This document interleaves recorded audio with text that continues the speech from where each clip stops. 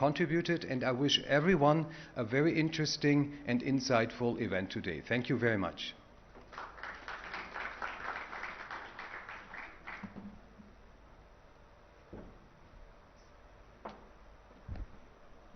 Thank you, Mr. Halusa, for such wonderful thoughts. I would now like to request Consul General of the Federal Republic of Germany in Chennai, Ms. Karen Stoll, to express her views on the efforts made by the German government to promote bilateral exchange between Germany and the region. Can we have another round of applause, please?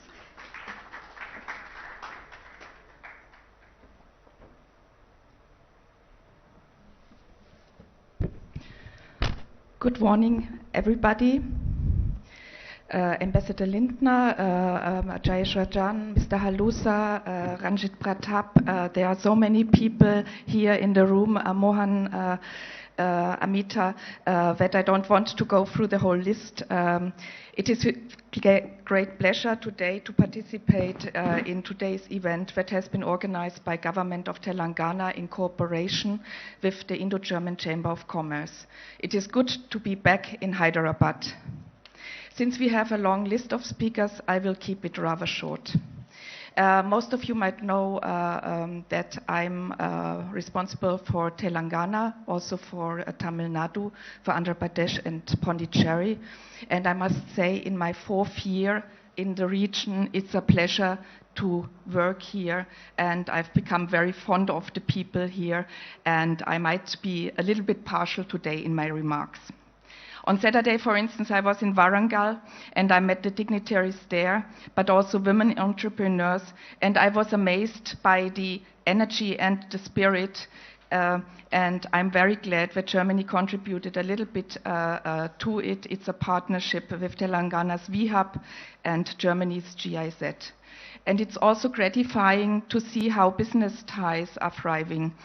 When I had my first posting in Delhi between 2007 and 2011, as head of the economics department, the quality issue in manufacturing was still an issue. No? So this has evaporated basically completely. Today we are not talking about quality in manufacturing in India anymore. It's a given, and the many partnerships are proof of it. So it's an absolute privilege to witness the vibrant business development in this region. And I can tell you that we are very much aware about the weight that the south of India brings to the table. Many of us participated in the recent Mystic South Summit, and I must say the facts and figures are impressive, and this is particularly true for Hyderabad and Telangana. You have carved out more than a niche in India's economy, and the prospects are bright. Regarding the perspectives of South India in general, they are also positive. We see new markets in the east and the southern hemisphere emerging, and this is already taken into account by many companies.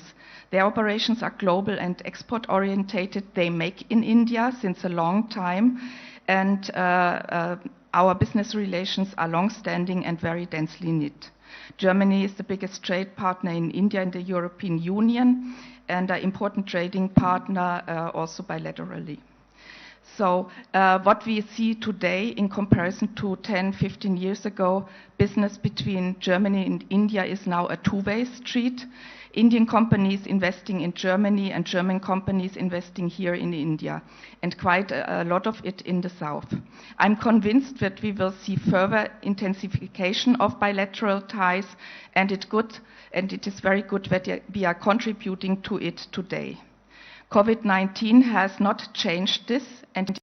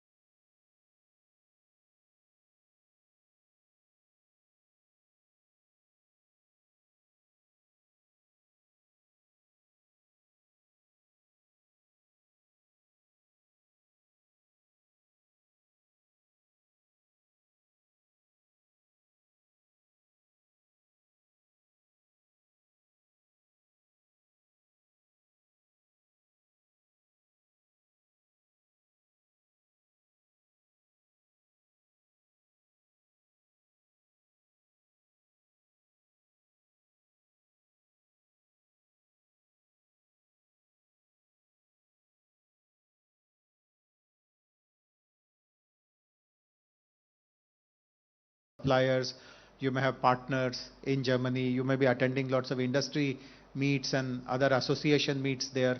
So when you get a chance to recommend India to your colleagues, etc., do again keep us at the top of your mind. If you like what you hear, if you like what you see, and so on. And of course, once we are done with these kind of, and I do hope that this will be a regular interaction. While we have invited all of you here, and I'm glad that you have taken pains to come to Hyderabad, but we would also be making this a regular kind of an interaction. Not that you'll be called to Hyderabad every now and then. Of course, we'll be very happy if you can come here. This is the most livable city in the country. So if you're here, I mean, it'll give you lots of joy. But if you have your association meetings elsewhere also, for instance, Mr. Halusa was telling me the other day that IGCC has its regional meetings and chapter meetings frequently. So whenever you have a chapter meeting, sometimes later in the year, or later in the year meaning next year at other locations, if you give us 30 minutes time, we would also be willing to come and participate and renew this conversation, etc. So this is one group of companies who are already in India, and we would like to kind of make an appeal to them to look at a possibility of the second location. The second part of our strategy is actually to look at companies in Germany who don't have any presence in India as yet. Of course, there are hundreds and hundreds of such companies, so it's a large kind of a catchment. Many of them may not be in India today because of a variety of reasons. For some, maybe the growth opportunities in Europe or whatever other markets they service, that is still there. So they are kind of still looking at expanding further in their own domain. Some of them may be put off by some hearsay that India is a difficult place to do business. It is complicated, and maybe companies don't have a comfortable ride if they come to India. So there could be a variety of reasons, and the best way to address all these misconceptions or doubts, etc., is to have interactions with them in a more face-to-face manner. So Honorable Minister will be joining us in a while. The Minister has agreed that in January we will be actually making a visit to Germany. We'll be spending at least 2 to 3 days for sure. And of course, we'll be taking the guidance of the embassy and the consulate to plan our visit. And we'll of course also be seeking the help of the Indian embassy in Bonn, I guess, or Berlin. I don't know where they are. Berlin. And also the consulates in Munich, Frankfurt, etc., to plan for our trip. But we would like it to be a very focused, targeted trip. We cover maybe 2 cities over those 3 days, meet as many companies, as many associations as possible, and maybe tell to them more about India as a country. And of course, within India, the focus will be on Telangana. The focus will be to speak to them about our state of Telangana. Because frankly speaking, since all of you are doing business in India for years, you would have recognized by now that while we talk about India, it is not just one big country. There are 28 Indias within that big India, and different Indias, these 28 Indias are moving at a different pace. Some of them are extremely progressive. Some of them are very keen to attract global investments. Some of them have very progressive policies, very business-friendly policies. In some state, the gap between what they promise and what they deliver is literally zero. I mean, everything that you hear is actually delivered to you. Sometimes you receive much more than what has been promised. So different Indias are at different pace, and those who live in India now recognize that in the constitution of our country, states also enjoy lots of autonomy. I mean, while there is a national program, for example, there's a national program called Make in India. So that's a great program, and we all kind of subscribe to it. But our federal structure allows the states also to do their own bits, create their own policies, of course aligned with the national policy. But we can have things beyond the national policy also. We can give you something more than what the national policy offers. And when you hear our minister speak in the afternoon, he'll be telling you a number of things about how we have gone much, much beyond these national programs, national policies, etc. So in India, when you, as I said, when you continue to do business here, I'm sure you understand how states are ranked, how states are evaluated, and how it makes sense to bilaterally have discussions at the states level. There is no need anymore now that if you are an overseas investor and if you are looking to invest in India, you have to route your discussions, you have to route your participation only through Government of India or Government of India agencies like Invest India, etc. Of course, Invest India, etc. are great agencies. They are very helpful, they are very supportive, they will guide you properly. But even if you don't go through them, you don't lose out on anything. You are free to directly, bilaterally interact with the states. And again, I'm happy to share with you that many companies do that with us. We receive bilateral investment proposals, and obviously the kind of response that they get from us, the kind of professionalism we show in our approach, that really impresses them, and most of these investments eventually materialize for us. So that is the message which I wanted to leave with all of you, that when you look at India, do it in a disaggregated way. I mean, India is 28 Indias. Understand which of those 28 Indias is better aligned with your goals, and of course then work very closely with them. I'm also very happy to share with you that like Invest India, I spoke about Invest India, we have created a similar professional setup which is called Invest Telangana. And Invest Telangana is structured or is organized very differently. So I'll quickly tell you about the structure of Invest Telangana. So in our industrial policy, which is called TS iPass and which was introduced about 7 years ago, we identified 14 priority sectors.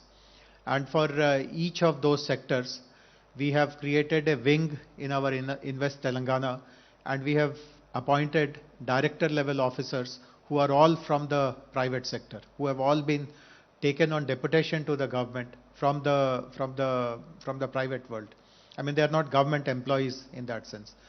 They are people who have 5 years, 7 years, 8 years, 10 years experience in that domain, and they have acquired understanding of that domain, and now they have chosen to work for Government of Telangana. And each of them, they have their own small team. Some of them have consultancy backing as well, and they are the they are the face of the government when it comes to dealing with investments. So I can give you an example. I mean, you would have seen this very impressive product display, then the collaterals of this Munich-based company called Light Auto. Now, in a short while from now, maybe in another 30 minutes from now, you will witness a very historical announcement which this company is making. So I'll let you wait till then. But the point which I'm making is that this entire investment proposal was closed in just literally about maybe 15 days or so, with the help of our Invest Telangana colleagues, led by our director for automotive, who is also amongst us. So every sector, so we have a director for life sciences, we have a director for electronics, we have a director for aerospace, we have a director for retail, we have a director for logistics, we have a director for food processing, we have a director for textiles, we have a joint director who looks after animation, gaming, etc.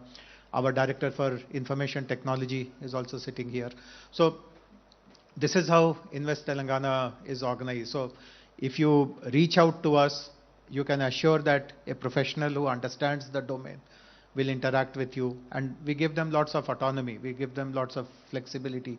They can discuss multiple things and provide government's commitment. It's not a very hierarchical, procedurally complicated system that we follow. Many of the decisions can be taken then and there by the directors, because they understand that if there is something of relevance for the state, we should not pull back on anything. We should just go ahead and make the investors comfortable and give them that sense of welcome and appreciation for the investment that they are going to bring here. So I'm very happy that all of you have come here. We will be interacting with you for the next couple of hours. There will be important speeches by Mr. B.V.R. Mohan Reddy, who till recently was the honorary consul here and is the executive chairman of a very important, very prominent IT company called Cyient, was also the former president of NASSCOM. He will be telling you about the standard issues which any overseas company first confronts with. For example, is talent available, is skill available? So he will speak about that. Of course, Honorable Minister will be telling you about our industrial policy and what can you expect to get here in Telangana or to receive in Telangana. And of course, the ambassador will be telling you about his perspective on how Indo-German bilateral trade, commerce, other exchanges are getting promoted in the present regime. But most importantly, you will be listening to some company representatives who actually have been doing business in Telangana for a few years now. And most of you have also chosen to participate in site visits, which is again very, very important, because see, we can go on talking for hours altogether. I mean, there's nothing that we can't speak of. But eventually, the proof of whatever we say is that how much of it is happening on the ground. And nothing better than to actually go to companies without any one of us being there, just ask them direct questions, get a sense of understanding of what they get in Telangana, what we not effectively deliver, and then come to your conclusions about how would you rank this state as compared to other 27 states in the country. So once again, a warm welcome to all of you from my behalf also. I will be available throughout till you leave for your site visits. I am available.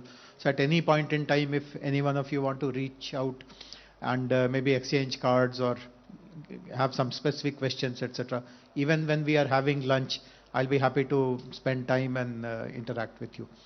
Warm welcome once again. Thank you very much.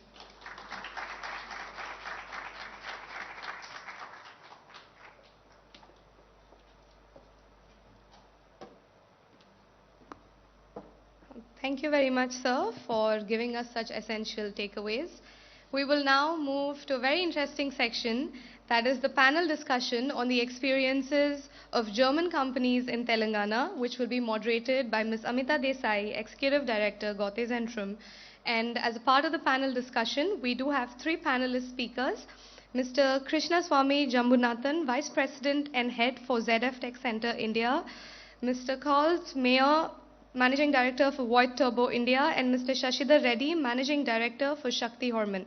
May I now request all the panelists and the moderator to come onto stage, and I will hand over the session to the moderator.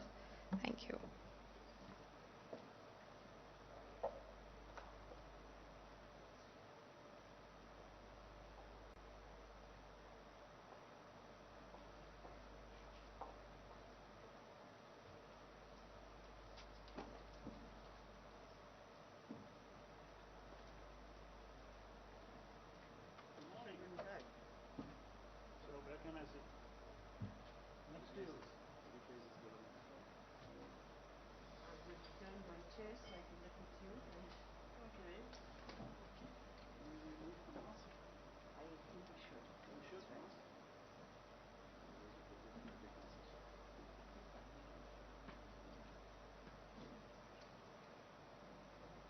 A very good morning.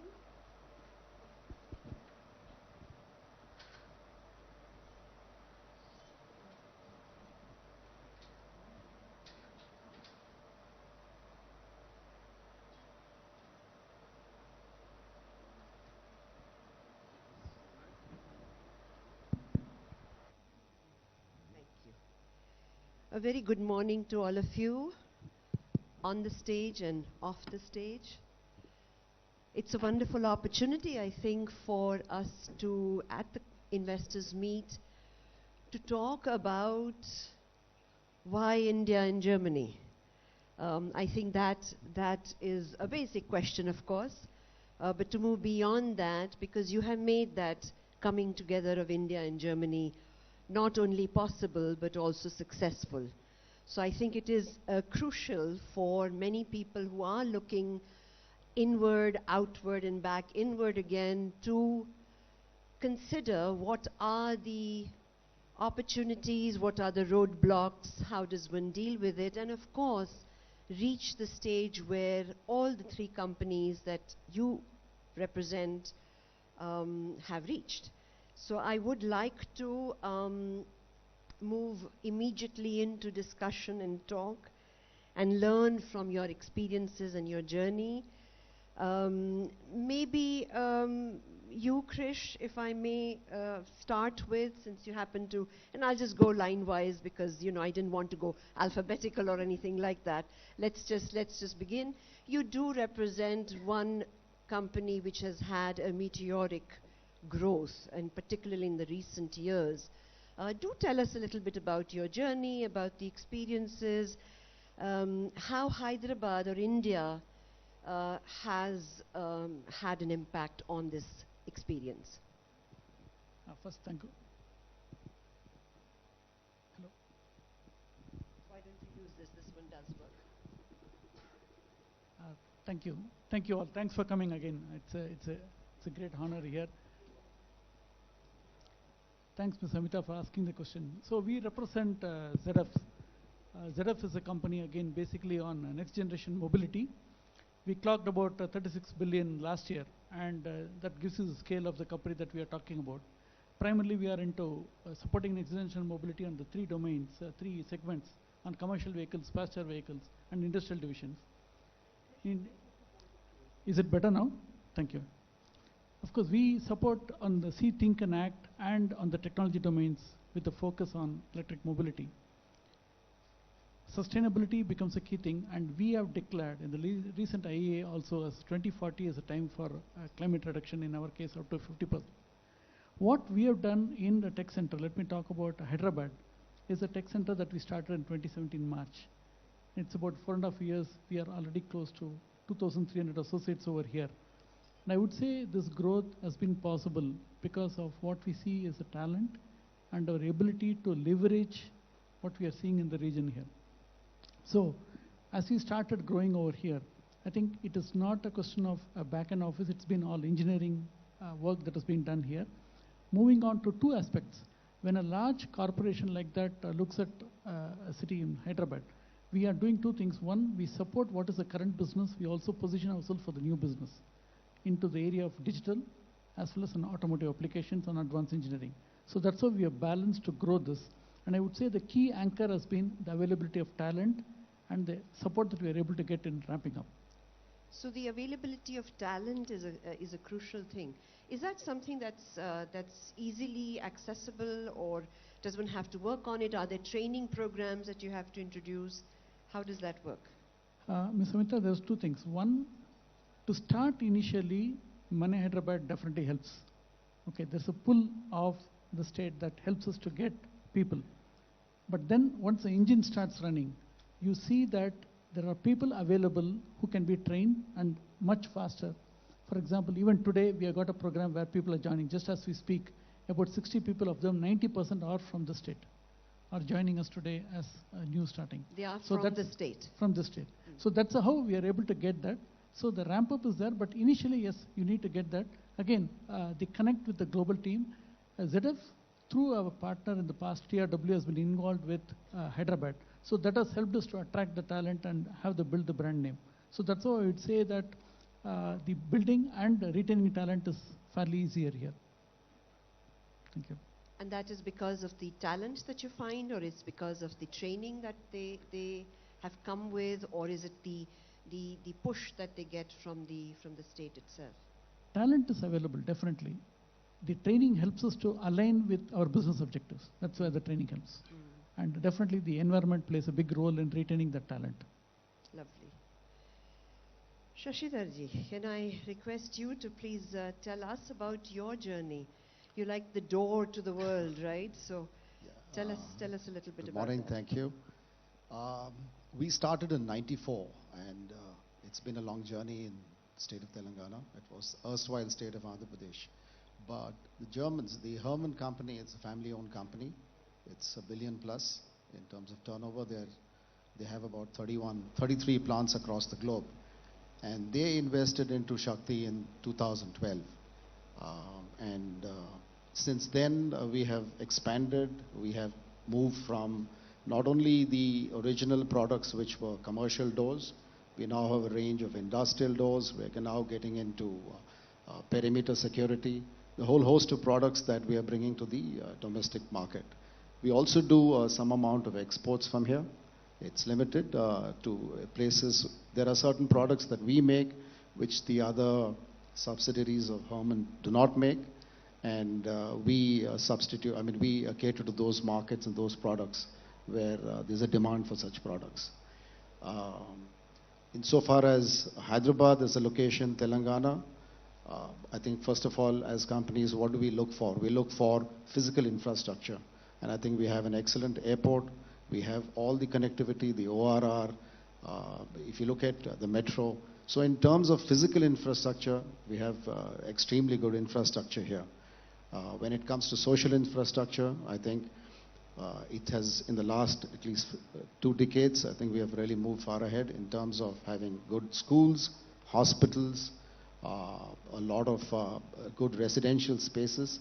So in terms of social infrastructure also, I think we have, Hyderabad is today the place to be in terms of any, if somebody is talking about investing into any place or having a second location, in my opinion, it would be the first choice today. I mean, though of course we are from Hyderabad, so we're probably partial to it, but the fact still remains, if you were to look at, I mean, we do have traffic issues here, but by and far in terms of connectivity and where Hyderabad is located, we're central. Whether it's the south of India, the west of India, and in some parts of the north, we're very well connected. And that's been a major advantage in the business that we're in. Long term, we may look at a facility up in the north, but that's purely in terms of addressing certain areas of the northern market. In terms of labor relationships, I think it's very cordial here. There is abundant talent, both from the workers and in terms of managerial staff. Yes, of course, there are certain areas in terms of skill sets that we all work on. There is always a need for more skilled people. And probably this is one area where I think Germany could help, along with Skill India, that we could have a good training center that could be established here. It would definitely help a lot of engineering companies. 2 years back, if somebody were to say that this could be a Hyderabad or this area could be, India could be an alternate supply chain destination, I think it wasn't possible to even discuss it because China and a lot of other parts of Southeast Asia were far ahead. But I think post-COVID, there's a lot of possibilities, and especially in the engineering side.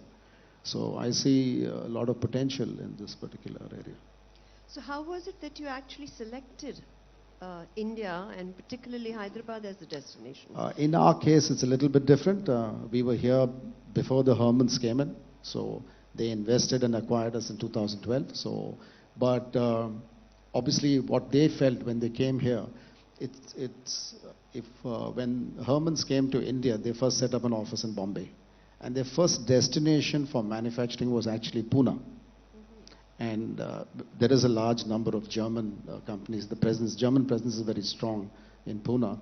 But after coming to Hyderabad, I think they feel that this was a good place that, I mean, obviously once they invest into us, but in terms of even wanting to look at another facility and stuff like that, they felt that this is a good place to be in.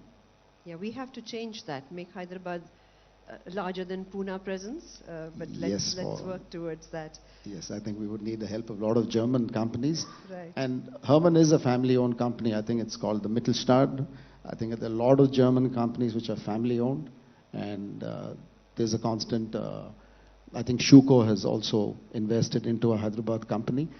I think if one were to look at building materials, I think Telangana is somehow in the forefront of a lot of building material companies, whether it's doors, windows, tiles, roofings.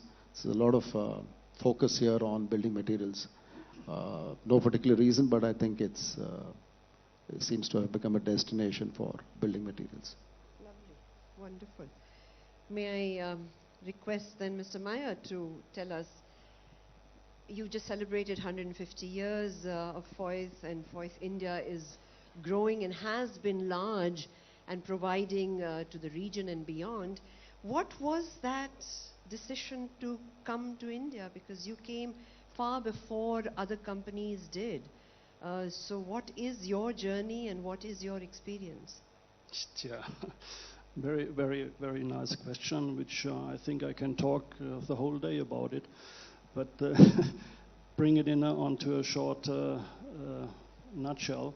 Yeah, Void Group is a family-owned company, worldwide active, especially leading world leader in paper machine manufacturers. About 50% of the worldwide paper is coming from our machines.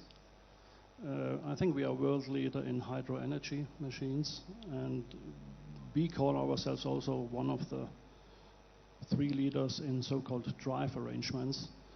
And these drive arrangements brought us here to Hyderabad in 1987.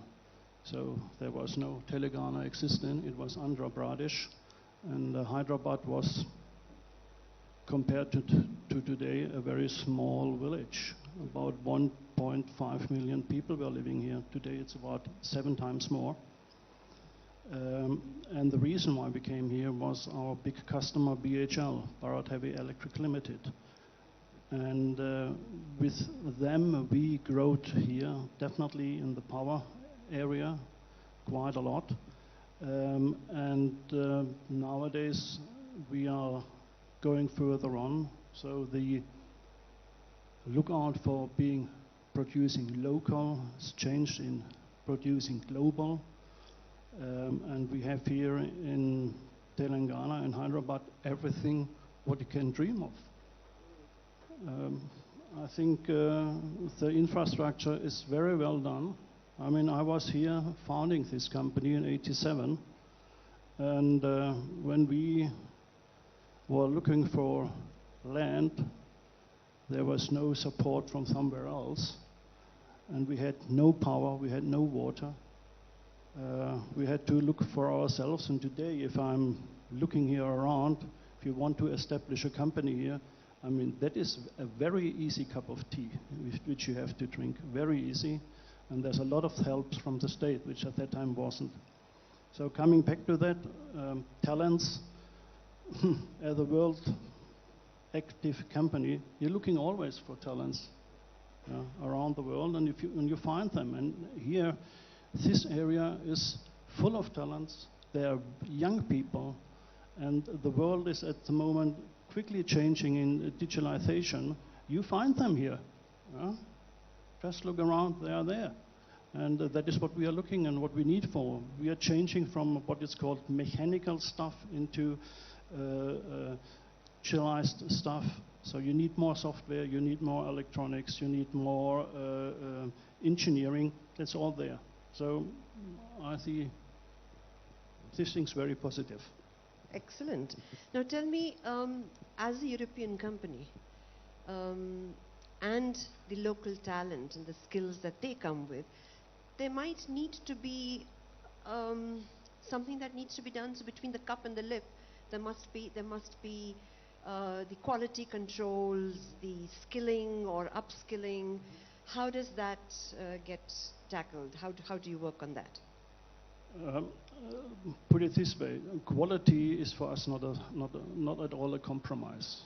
Right. Since we have 150 years young, we never made a compromise on quality, not at all.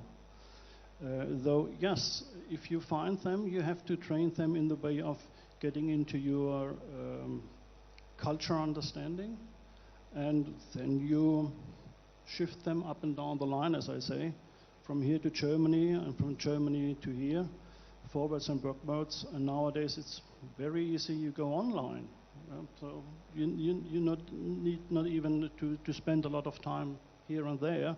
So the communication helps us quite a lot to increase the level of understanding and the level of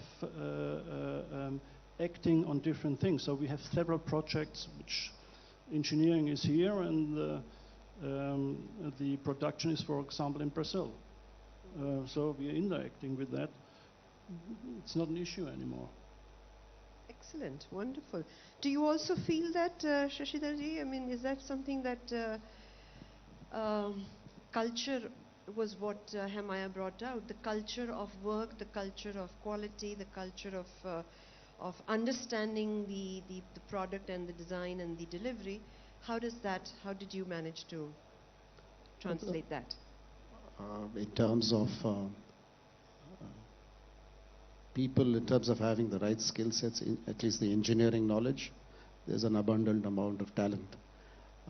Obviously, there's some level of training that one has to give, but getting them to maintain quality, I think Karen or somebody had made a statement, it's a given now, in the sense that as a company, we've always made a product which is, I think, it's an exportable product. We made it right from 1994.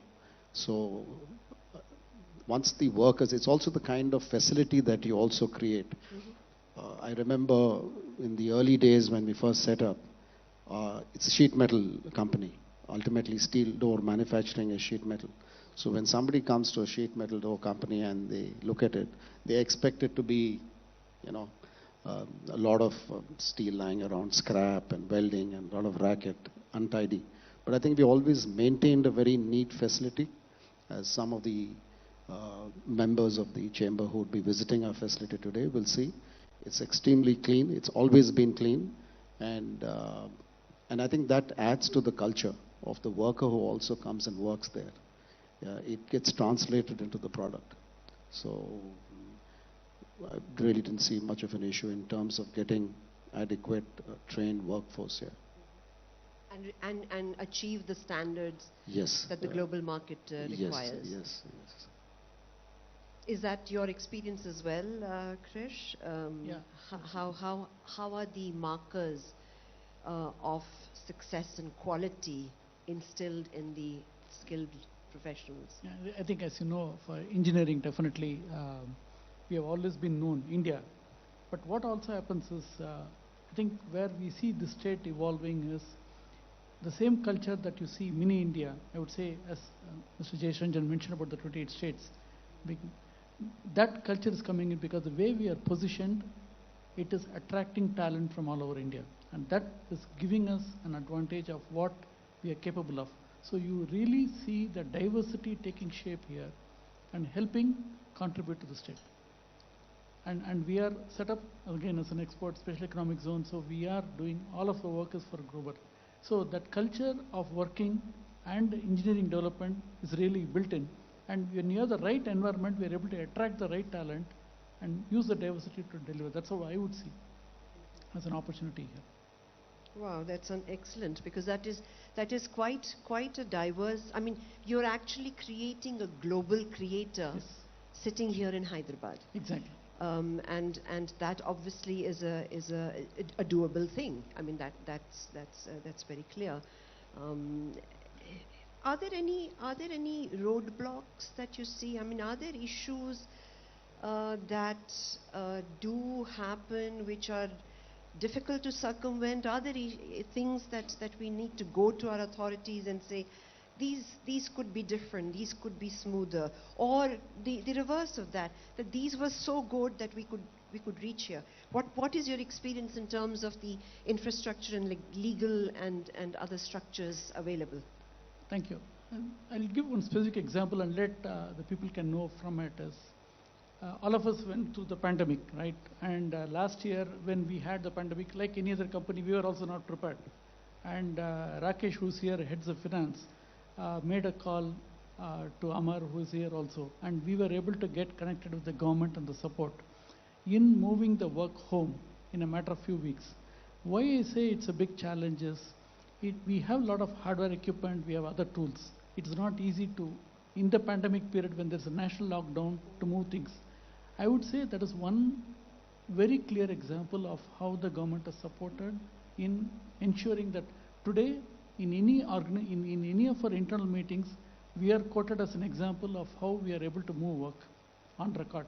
And I think that's clearly due to the support that we have received. And I would say it is always a phone call away for anything. We do not have to go for anything else. We are a special economic zone. We are running the operations. Second pandemic also same thing, the second wave. We went through that. So that is, in my view, is one clear example of how the government support works. So how was it? What happened?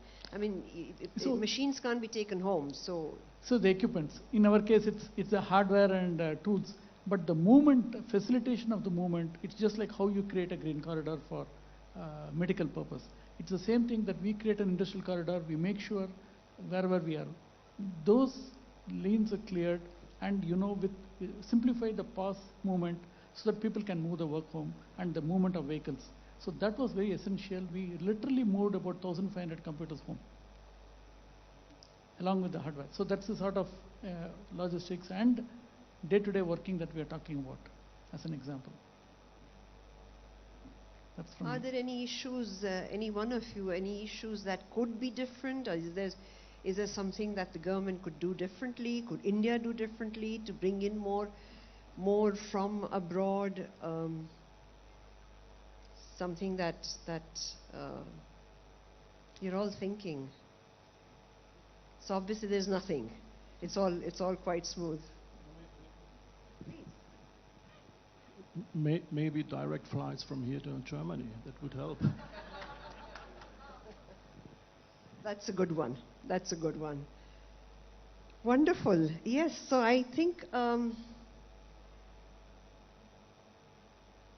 perhaps to Mr. Meyer, I mean, you are an expat. And while work is at one level, professionalism is at one level, I mean, how is the living environment in the city? Since you happen to be here, but you have, of course, branches elsewhere as well, so there might be other experiences. But how is it? How is the culture? How's the social intermingling and schooling and other academic platforms? Yeah, okay. Put it this way: schooling. I'm out of school, and my kids are already old enough, though I had never ever had a problem with that. So social life here in Hyderabad, for me as expert, is excellent. And since I came the first time here in '87, I have friends. I cannot really all name them and number them up, but I think it's important here, not only here, it's important for India. You have to be willing to be open. And if you like food, Indian food, and if you like the people, things are coming around by themselves. And then you are getting closely into what I call it, this Indian family network. And if you are feeling a part of that, then you are middle into that. And here in Hyderabad, as I said, I'm a part of that. I'm a member of one of the oldest clubs here already. And Hyderabad is such an attractive city compared to, let's say, most of the German cities. This city here is not sleeping at all anymore. You find here restaurants from A to Z. You find here possibilities to be active whatever you want, even sailing. Yeah? And we are not on the seaside. You can do this too. So the world is open here. Wonderful. He's forgotten about the beer. Well, that's coming too. To the group here, and perhaps each one of you can take a few minutes on that. Are there any leads, any experiences, any messages that you'd like to let people who would like to walk in your shoes, to have grown roots here and then expand and be so successful? What are the mantras that you can hand over? I think we represent a clear example of having established in 4 years. So it's not something we have been there for a year or anything, for a long time or anything. We are very clearly an example of having established in 4.5 years and grown. And I would say it has not been any sort of issue in terms of hiring talent or in terms of support from government where we need to go and make a representation or anything. That's what I say. So we are allowed not only just to do our business, we are also enabled well to do our business. And that's something, again, any help is always a phone call away. That's how I would see as a recipe for us from a business standpoint to success. I think that's what it is. Sure, thank you. If one were to see the past, I mean, when we were part of the erstwhile state of Andhra Pradesh, for those who don't understand Hindi. I mean, they used to say it's Andhera Pradesh because we used to have power cuts and we used to have power outages, shortages, and that was part of our planning. But I think all that over the last 6-7 years is past us. We are power surplus. We hardly have any issues on law and order, and that's pretty important. And yes, a direct flight to Germany would help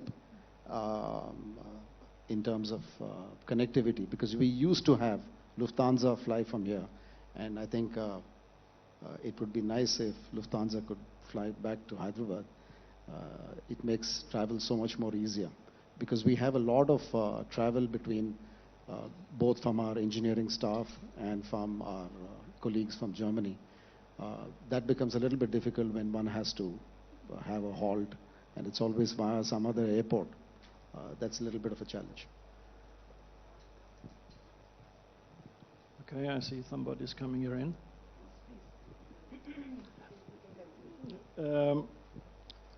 What I would like to say is, if you are interested for whatever reason to invest in India, though, and here in Telangana, just think about in a middle to long term view. That is exactly what we are doing from a family owned company. And if you are willing to do that, then you will see the success coming. In 1, 2, 3 years you will start, and then it will fly by itself. So just think about your investment about middle and long term, and I think that will be helpful. Regarding anything else, as I said before, Hyderabad is middle in the heart of India, and you can go left, right, and you find a lot of suppliers. Supplier chain here is also really good. Though that is maybe also of importance to mention that. So I see there are no hurdles. The only hurdle is maybe the headquarters in Germany to say, oops, is it worthwhile to do it? Yeah, but that is maybe the major hurdle. But the rest, I think, there's nothing in between. Excellent. So the advice that I hear from the three of you is to take the plunge. From somebody who has been around for several decades to somebody who is going to move successfully into the first decade and onward, to take the plunge, and Telangana allows you to swim. There is no question of sinking, right? So that is what I hear you all say, and I think that's excellent, because I think for people present here and wanting to start something. Once you have the will, there is a way and many ways. So wonderful. Thank you so much for your experiences and being the beacon of, people that's established here. I think quite encouraging and motivating. And I thank the organizers for giving this opportunity to come together for this little chat that we had. Thank you so much. Thank you, Amita. Thank you, each one of you.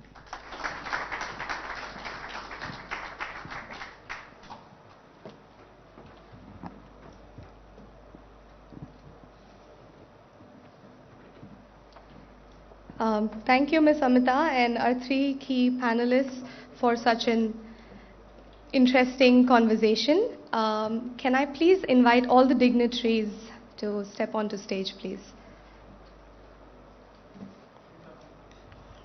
Can I request all the dignitaries announce? Sure.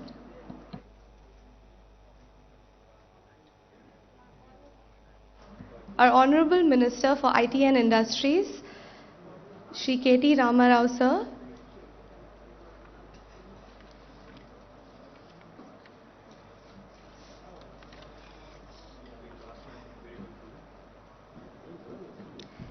His Excellency Ambassador Walter J. Lindner, Embassy of the Federal Republic of Germany.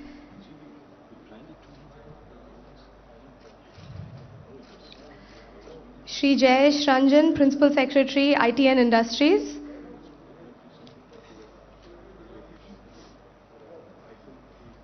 Mr. Stephen Halusa, Director General, IGCC. Our Consul General, Ms. Karen Stoll in Germany, and Mr. BVR Mohan Reddy, Founder Chairman for Scient.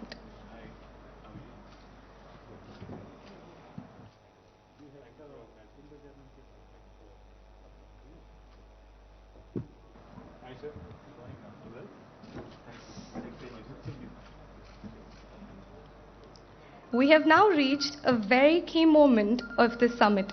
We will now be signing a memorandum of understanding between the government of Telangana and Light Auto GmbH. Light Auto GmbH will invest approximately 1,500 crores, that is 200 million, in Telangana to establish an advanced design and manufacturing facility called Light Auto Components Private Limited. This will be spread about 100 acres and it will generate employment for about 10,000 plus people. In fact, everything that we're discussing in today's summit is translated into a live example by this one company. Our state takes pride in its extremely progressive policies, and this moment is indeed a big milestone for Telangana's investment.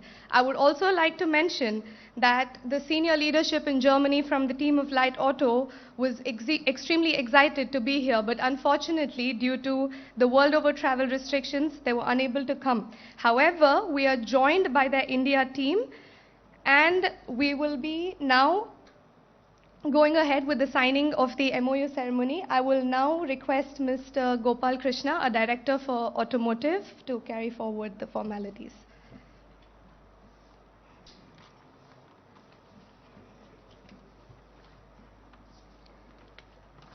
Can I also request on stage Mr. Bala Anand Jeldi, MD Light Auto India, Mr. Ramesh Santanam, Corporate Group Advisor, Mr.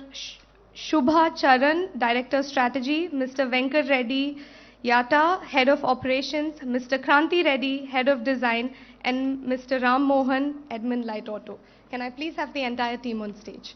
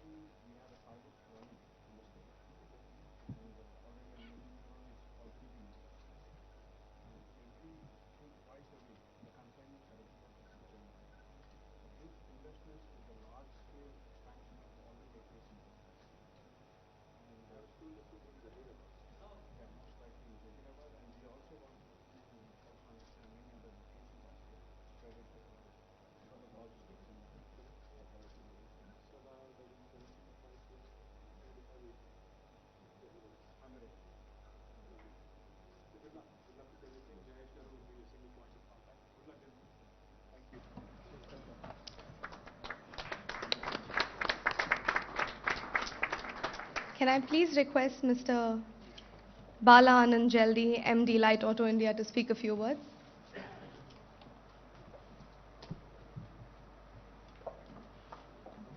Good morning to all dignitaries, Your Excellency, Honorable Minister of Industries for State of Telangana, Karen Stoll from Consulate General in Germany.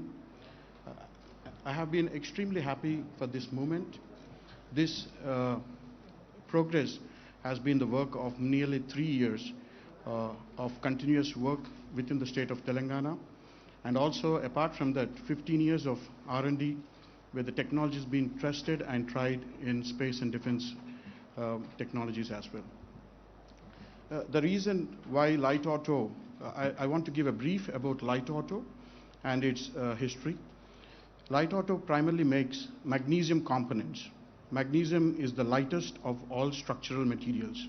It is lighter by 40% from aluminum, almost 80% lighter than steel.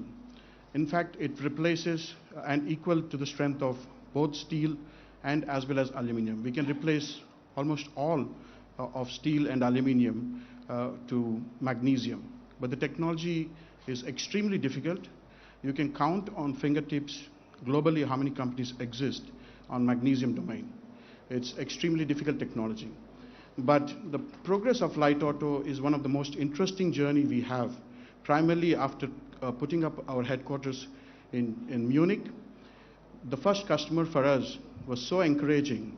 It was one of the biggest companies, Rheinmetall.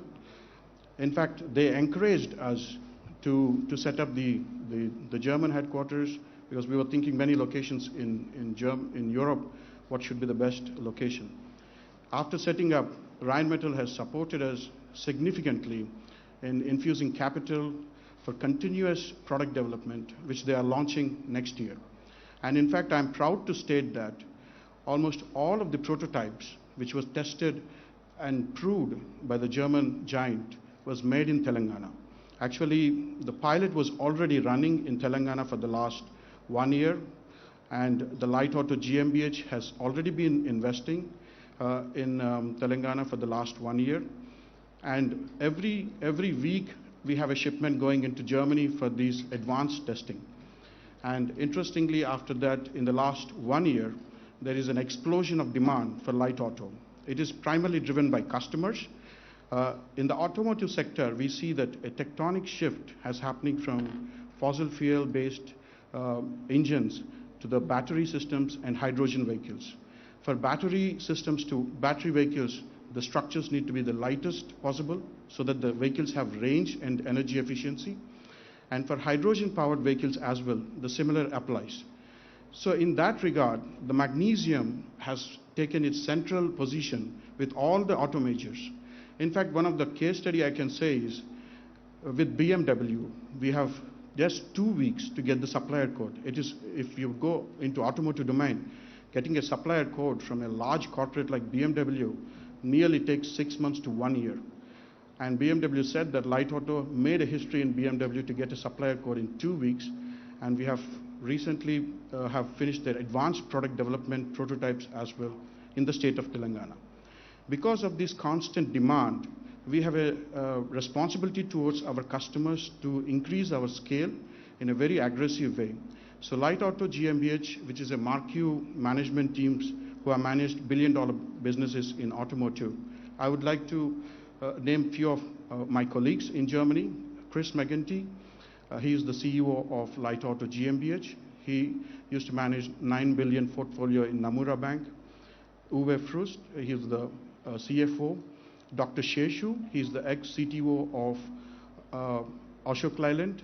He is 20 years with Daimler, and he is also the Chief Technology Officer for Great Wall in China. He has extensive experience, and he is actually he is board member for three major unicorns in Europe. Then Mr. Venkatraman, he is the head of business development team in business bus division of Ashok Leyland, also the executive chairman of Ashok Leyland Trust. Mr. Ramesh Santanam, who is here right now with us, he is the innovation head for Hinduja family businesses, innovation head.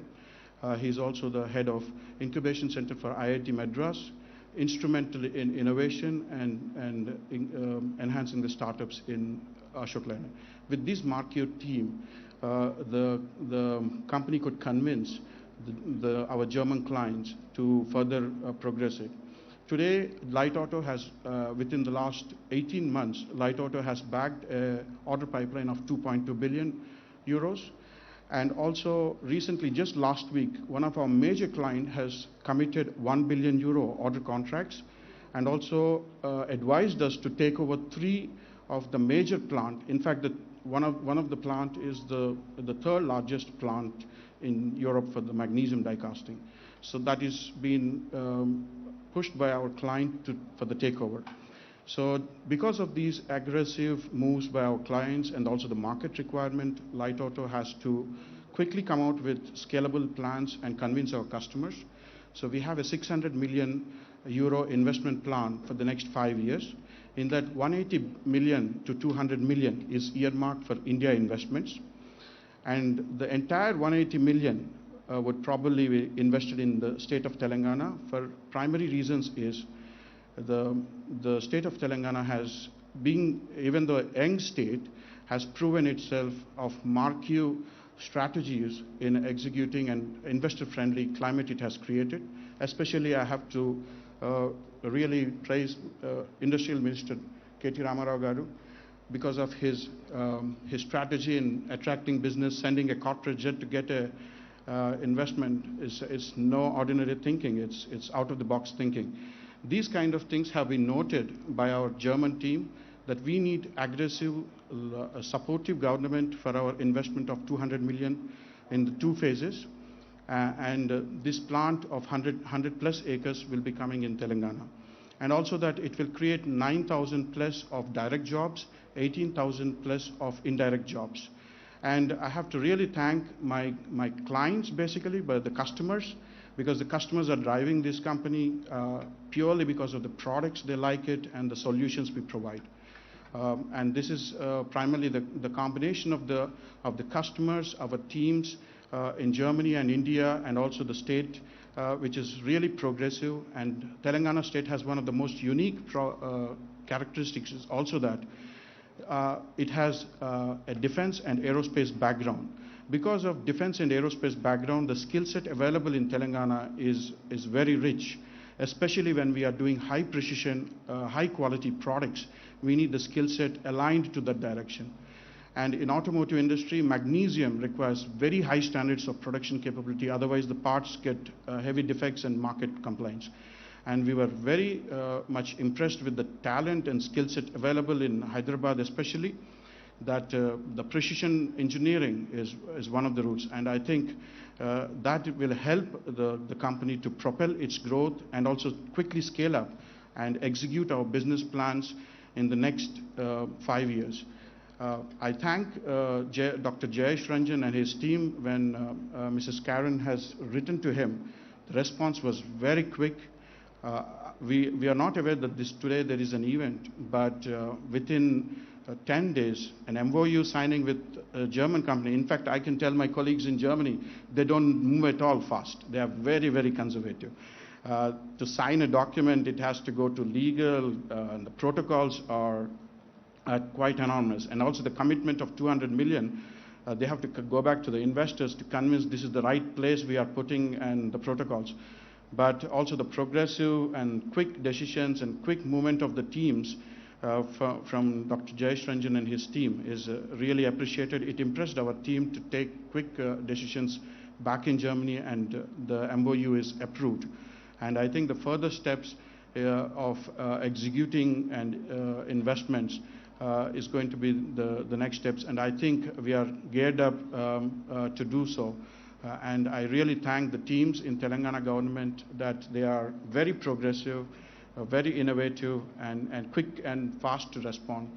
I look forward for this association and also Light Auto's growth in Telangana and also in Europe. Thank you, sir. Thank you.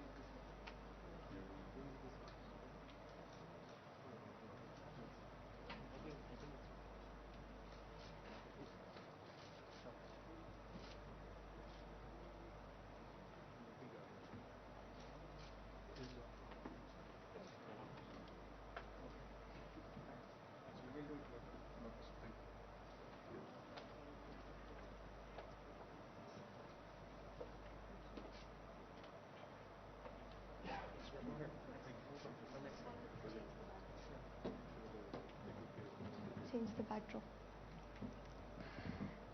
Thank you very much to the entire team of Flight Auto.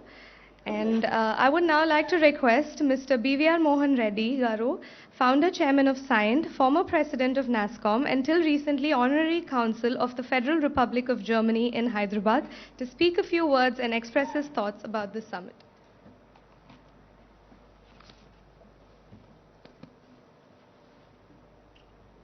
Honorable Minister K.T.RAMA Garu, His Excellency the German Ambassador to India, Walter Linder, our Information Technology and Industry Special Chief Secretary, Mr. Jayesh Ranjan, our Consulate General in Chennai, Ms.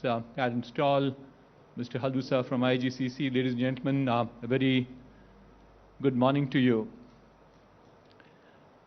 I'm more here in my capacity as a locally homegrown entrepreneur who lived in the city of Hyderabad for 50 years without a break, and who ran two entrepreneurial ventures, and the last one was a 30-year-old entrepreneurial venture that I ran. As a part of that, I've also seen enough of the world because my company does exports. And so we have gone ahead to analyze what does it mean to go and set up a development center or a manufacturing facility in anywhere in the world. So what I'm sure many of you understand is called a location attractiveness. And certainly what we have seen in the past was how is the infrastructure. Infrastructure in terms of hard infrastructure as well as the soft infrastructure. Whether you have enough of road connectivity, the air connectivity, the rail connectivity, innumerable number of them that go by.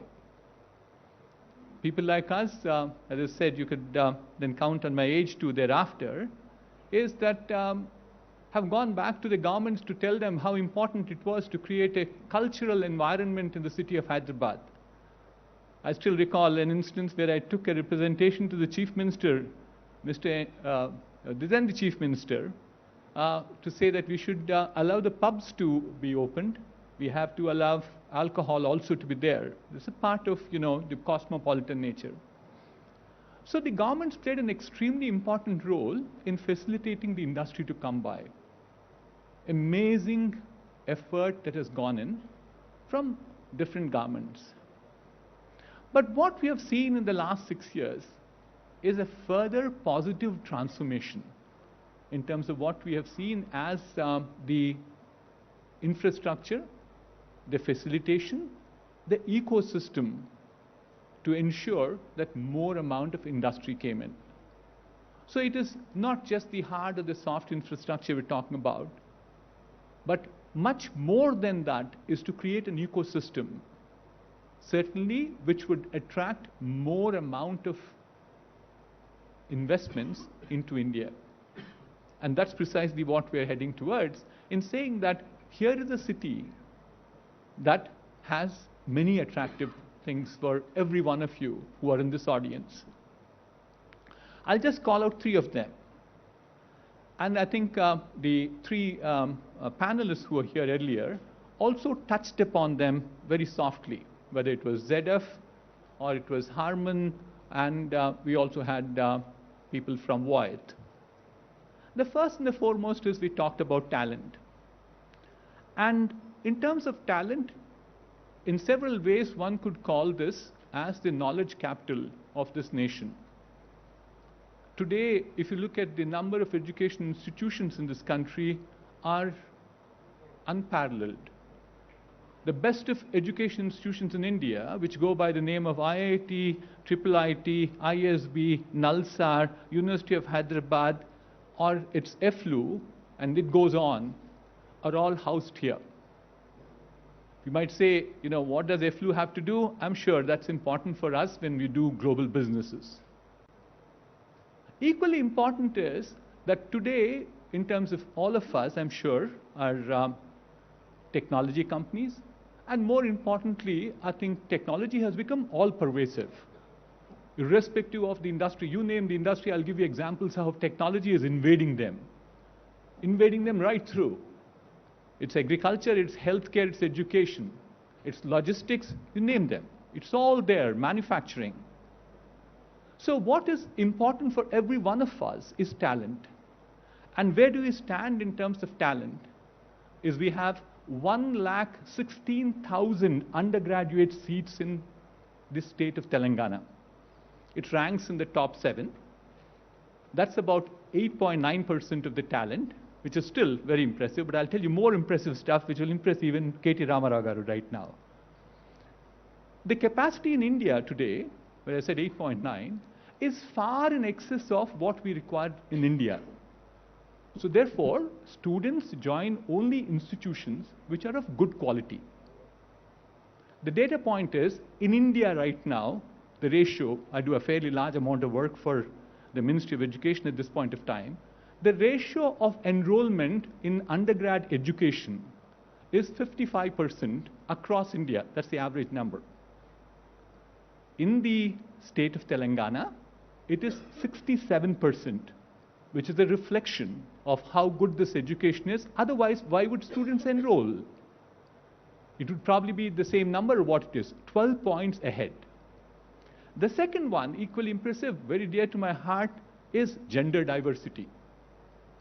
No family, no society, no institution, no state, no country can prosper without the involvement of women equally having a share with men. The average enrollment for an engineering education in this country from women is 30%. These are MyGov numbers, officially provided to me. In the state of Telangana, the number goes to 36%. Clearly 20% higher than what 30% is. It reflects how tolerance is. The third data point I have is everybody talked about the digital education, emerging technologies, how all these digital technologies are now becoming a part and parcel of every industry. Whether it was ZF, Voith, or Shaktiman, all of them talked about it. And there's been a major thrust, people like me have been involved, in pushing this digital education in this country. In 2018, when the push came, when we went back to look at the national number of seats that were there were 5,000 seats in all. In the last 3 years, or 4 years now, getting to 3.5 years, we now moved the digital technology undergraduate education to 1,20,000. Guess how many of those are in the state of Telangana? 22% of these seats, or 1,20,000 I'm talking about, are in Telangana. So the talent availability, the quality of talent, the gender diversity, as also digital technologies, is nothing to beat the state of Telangana. The next point I'd like to make is, other very important for all of us, is ability to research and develop new products, new services. And today, again, unparalleled data is that there's no city in India today which has the same number of R&D institutions as Hyderabad has. The count is 40 and it is growing. You can name the areas that you like: agriculture, healthcare, defense, aerospace, life sciences, logistics. Any one of those areas, you do have governmental support in terms of laboratories. One might always say, Mr. Reddy, this is government institutions, but then I have to admit the bulk of the research in this nation happens because of government support. But more importantly, I think the movement right now is to convert this research from lab to product, lab to market. My two favorite words are marketing and marketability. I work on this too fairly intensely. How do we bring this R&D out of where it is inside as best kept secrets to be beneficial to this nation? And I think two things. One is, of course, an initiative that I personally run, which is bringing out all the R&D at IITs into the industry. But more importantly, from here, Telangana government created this institution called RICH, which is basically called the Research Innovation Council of Hyderabad. And they have done some amazing work in the last 4 years. So if you're looking at research for products, this is again the location to be in. Finally, my last one is all about the world that we live in. We talk about innovation. And innovation can come because of research. Research leads into innovation. Innovation leads into incubation. And thereafter, you get to an entrepreneurship. And today, in the first few states, we said it's the youngest state in the country. But one of the few states which started an innovation incubation center was in Telangana, in the form of something called T-Hub. And T-Hub has made waves. T-Hub is now into its form called 2.0. With 2.0, there will be as much as about 3.6 lakh square feet area, which will make it the largest incubation center in this country. Yet another first by itself. And what did T-Hub do in the last 6 years, or 6.5 years at this point of time, is created an ecosystem which will harp on each other. What have we seen as a result of that? Today in Hyderabad, there are 50 plus incubators. There are 20 plus enablers. And there are 50 plus co-working spaces.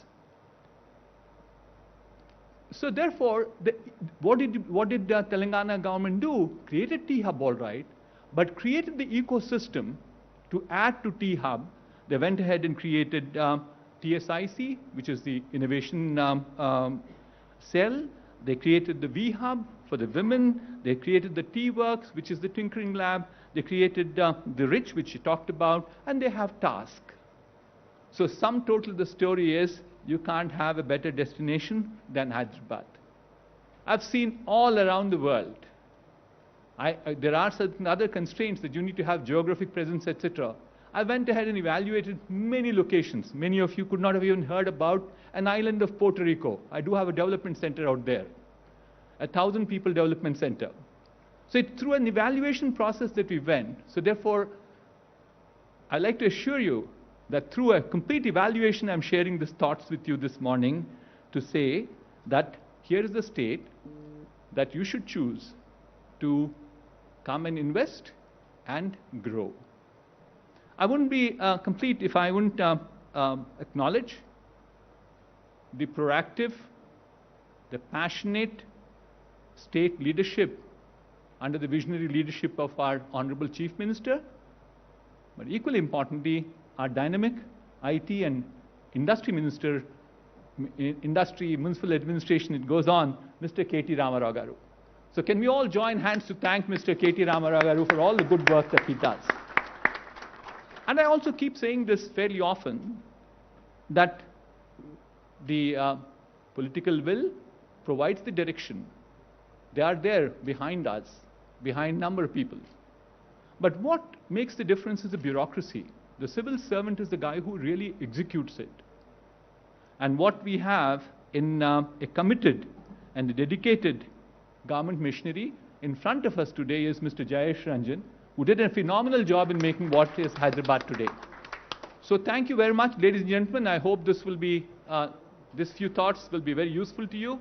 And I wish all of you will come and invest more in Hyderabad. Thank you.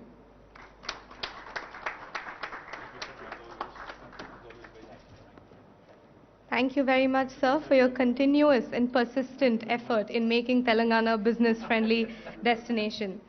I would now like to request His Excellency Ambassador Walter J. Lindner, Embassy of the Federal Republic of Germany, to share his views on the efforts made by the German government to promote bilateral exchange between Germany and India. Can we have a round of applause, please?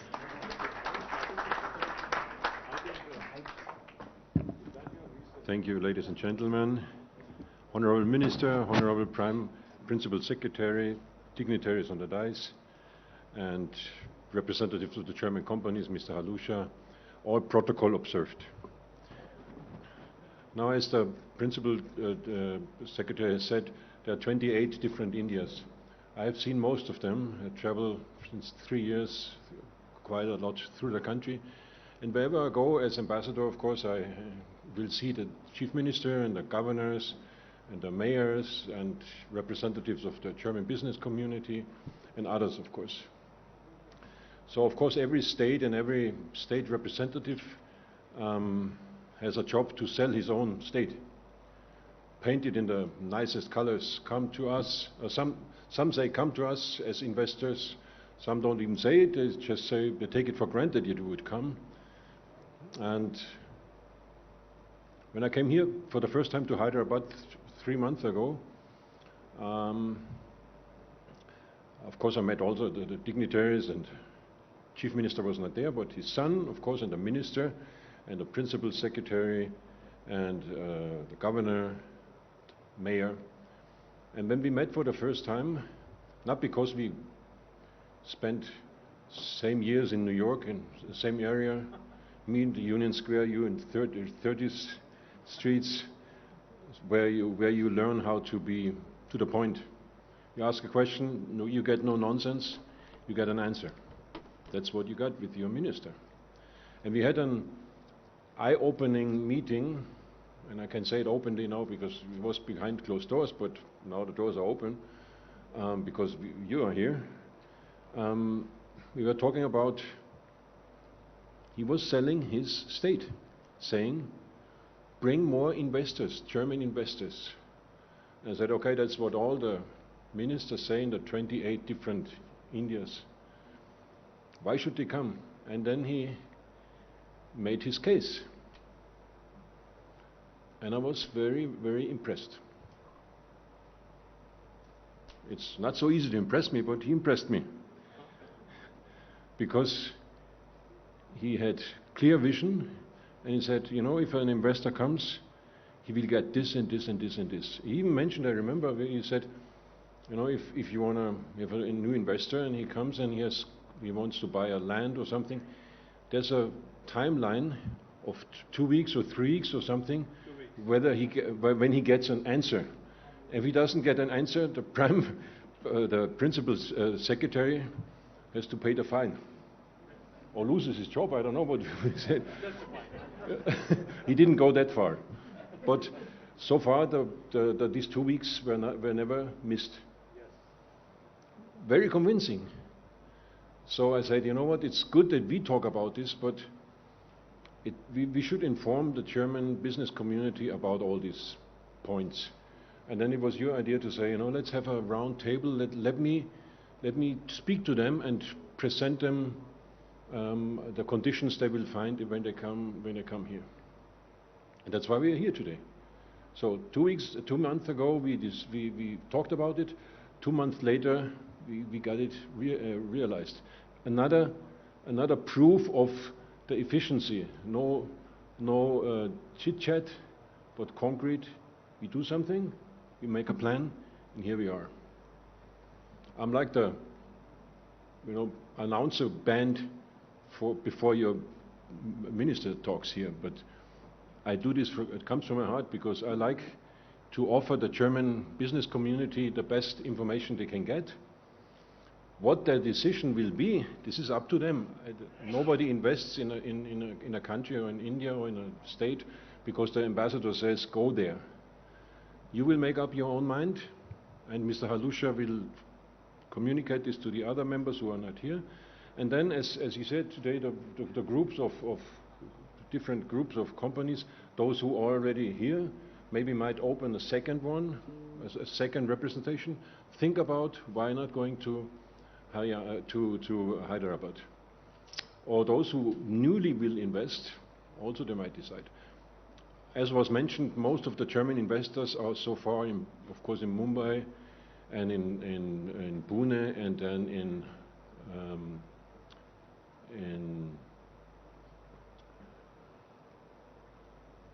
Ahmedabad, I was the other day. Ahmedabad, and of course in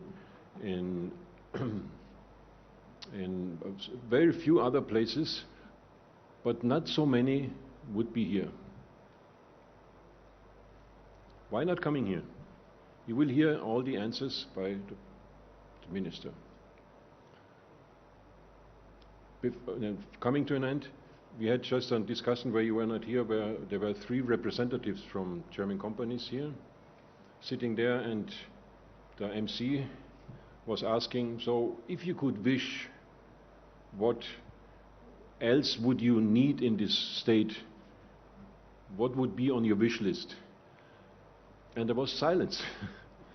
Well, there was one point, which is bring in a Lufthansa flight, which is not in your competition, I guess, work line. It would be more in mine, but it's not even in mine. It's in Lufthansa's work line.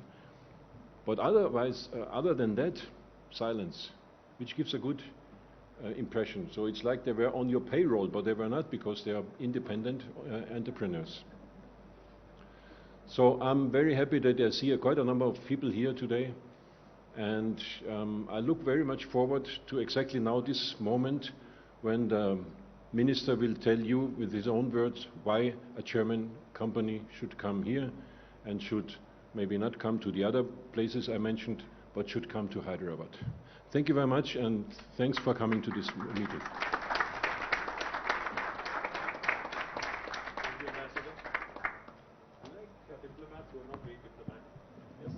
Thank you very much, sir, for your thought-provoking inputs. I would now like to request our Honorable Minister for IT and Industries and Urban Development and the topmost leadership of the state to speak about the government's support for German investments in our state.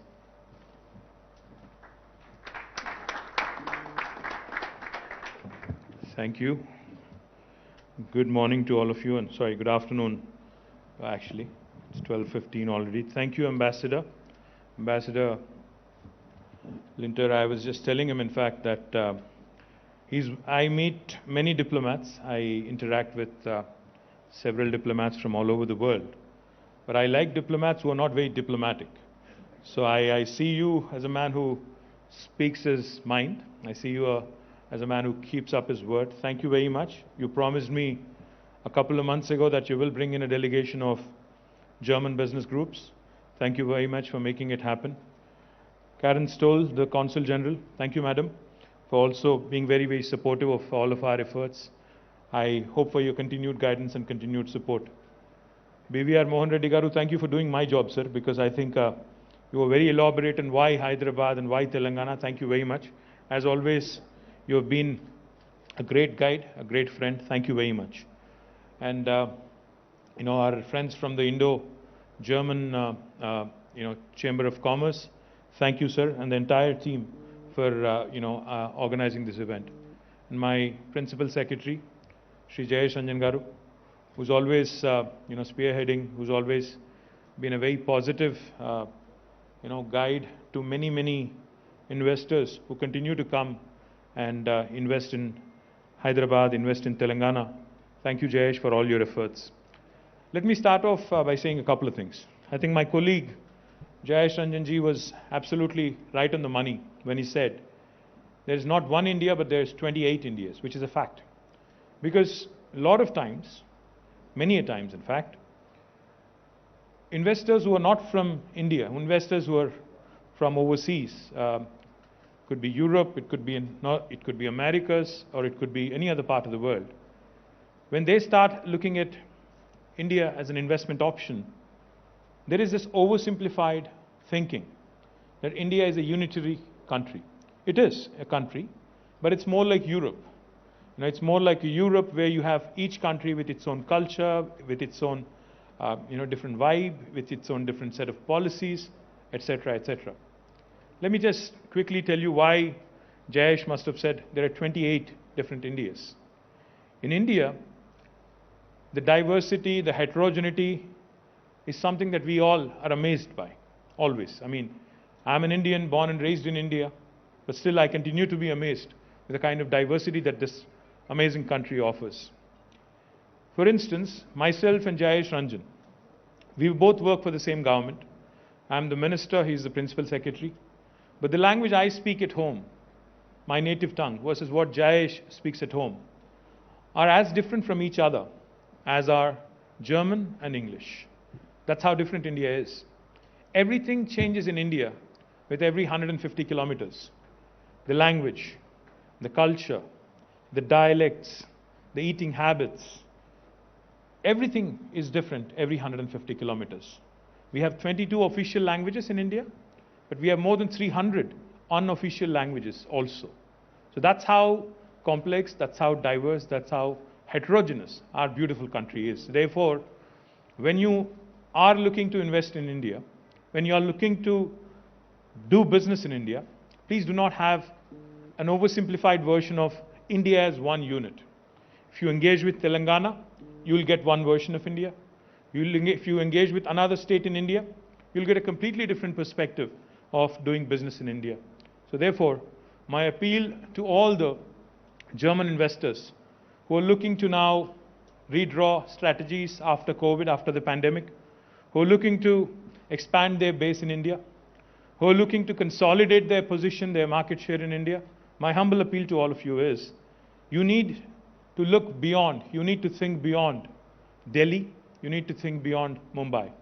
Because each state, I mean the overall policy, the overall foreign policy, the overall trade policy, the trade agreements are decided by Government of India, but the action actually lies in the states. States is where the action really is. What do I mean? What I mean is, if you are an investor and if you are looking to invest in India, what all do you look for?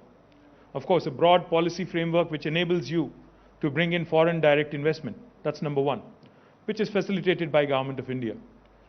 What else do you look for? When you invest, we understand very well that you're not looking for the short term. You're coming into a new country, you're coming into a new territory, you're thinking long term, you're thinking of 20 years, 25 years, in some cases, maybe longer.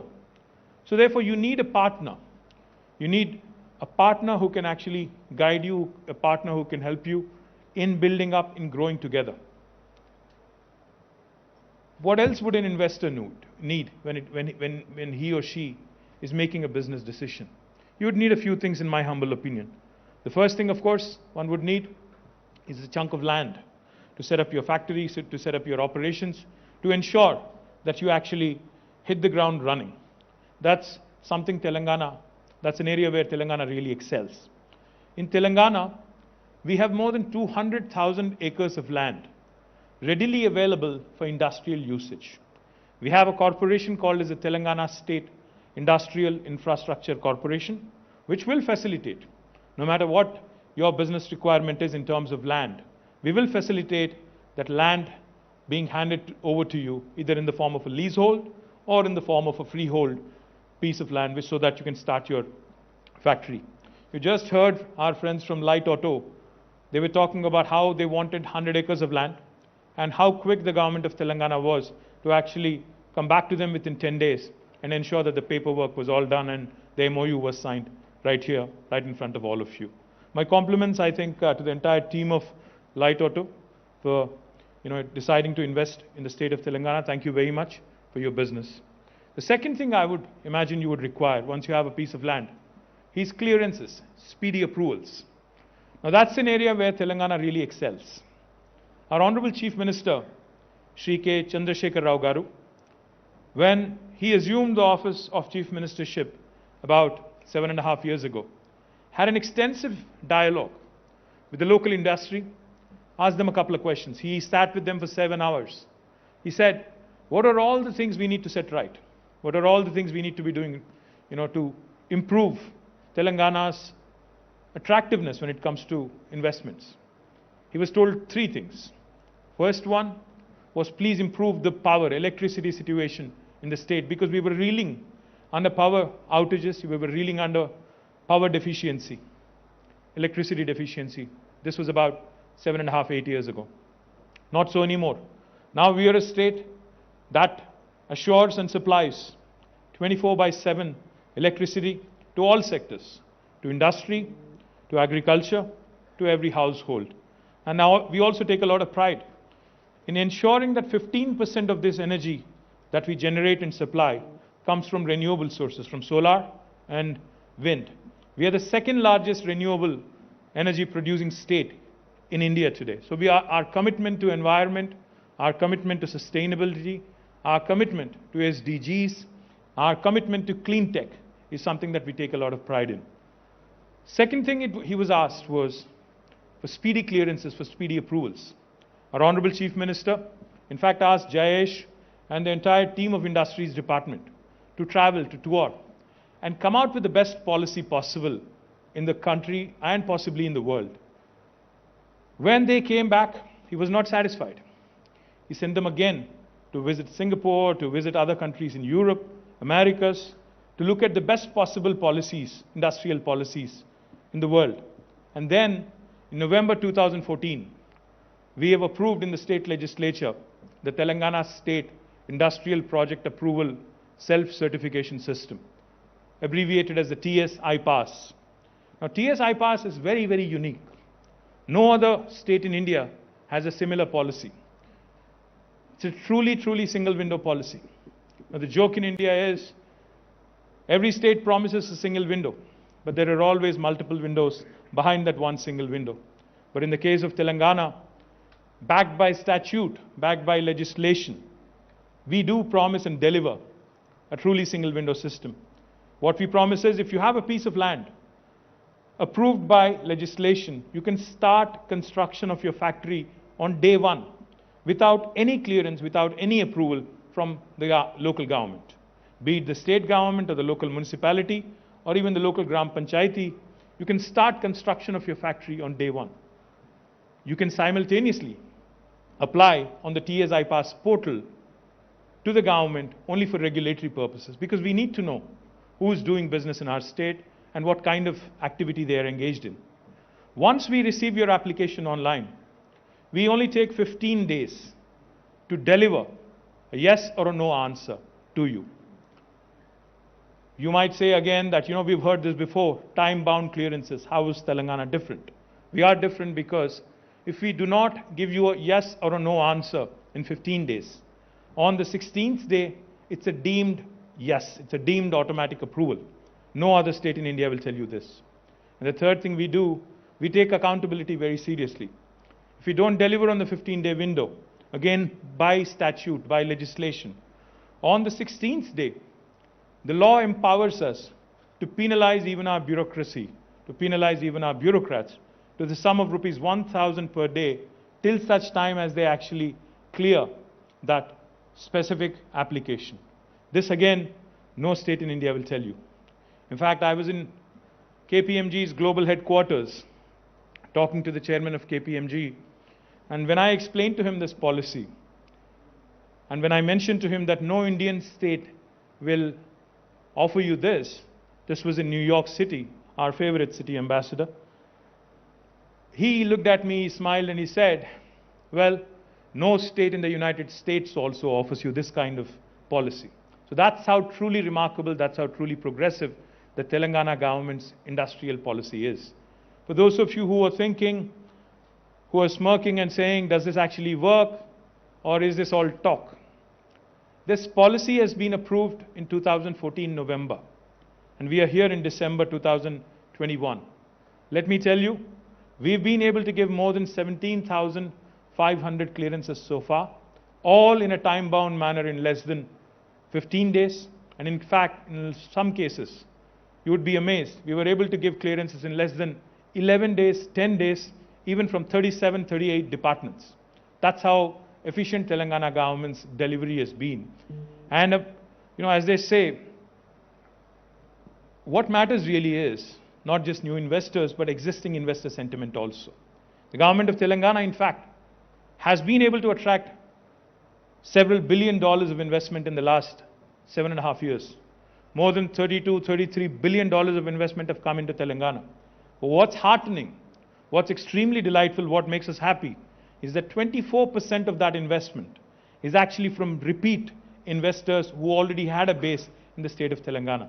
The reason why I mention this is because as long as your existing investor is happy, they become your biggest brand ambassador across the world, because they travel, They share their success. They share their experiences with the government, with the administration, elsewhere also. So therefore, I'm delighted to tell you that this is the kind of experience the existing investors in Telangana have had in the last 7.5 years. More importantly, a couple of things we admire. In fact, when I met the ambassador and the consul general, I told both of them a couple of things I admire in Germany. And I have discussed this several times with Mr. Reddy as well. The one thing I really admire in Germany is the dual degree program that you have, where you have your students, in fact, become apprentices or interns in the industry while they are actually in a grad school. I think it's extremely important to have hands-on experience. Now, that is something I would love to emulate in Telangana. In fact, that is something we need to emulate in India if we really have to compete with the large manufacturing countries like China and United States. The second thing I really like about Germany when it comes to industry is how well and how vibrant your SME ecosystem has been. The small and medium entrepreneurs in Germany make up for the bulk of GDP that comes from the industry sector.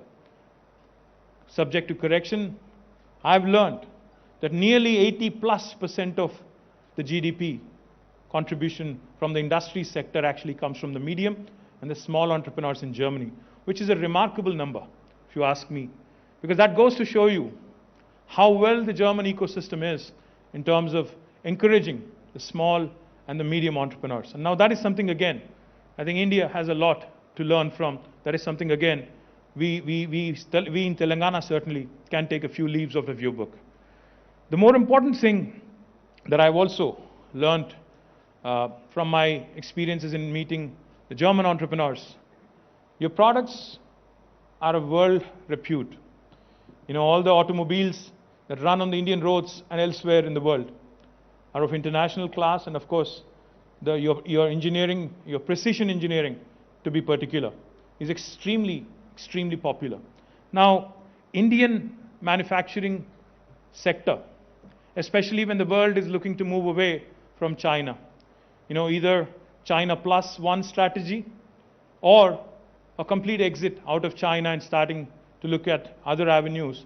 I think India, in fact, we really want to take that pole position as a competitor to China. We definitely need to take a few lessons on attracting more manufacturing business to our state and other states also. And that's again where German entrepreneurs can work with us. German entrepreneurs can engage with us and help us grow this ecosystem, because we have a lot of, Mr. Mohan Reddy talked about engineering colleges. He talked about gender diversity. He talked about skilling. What I would also like to add is we have a lot of ITIs, not just IITs, but also ITIs. We also have a lot of polytechniques. We also have a lot of very unique vocational training institutions, which are extremely important in providing employment to different sectors of the population, different sections of the population. And especially in a manufacturing economy, all these become very important cogs in the wheel. So therefore, Telangana government would be very happy to also work with the German entrepreneurs and German government in ensuring that we actually create a more vibrant ecosystem with respect to manufacturing. The other thing I would also like to point out, Hyderabad and Telangana, if you look at us in the Indian map, we're bang in the middle. We're very well connected to the rest of the world. We're very well connected, of course, to the rest of the country, but we're also very well connected to the rest of the world. Ambassador, you mentioned Lufthansa, but I'm told by some people in Delhi that Air India would actually start services to Frankfurt and other locations, Germany, very soon from Hyderabad. I hope that will also help us getting more and more German entrepreneurs and German investors quickly to Hyderabad rather than come via Bombay or come via Delhi. I would also be, remiss if I don't mention the current ecosystem in Hyderabad is very conducive. We have a large number of defense labs. We have a large number of aerospace entrepreneurs.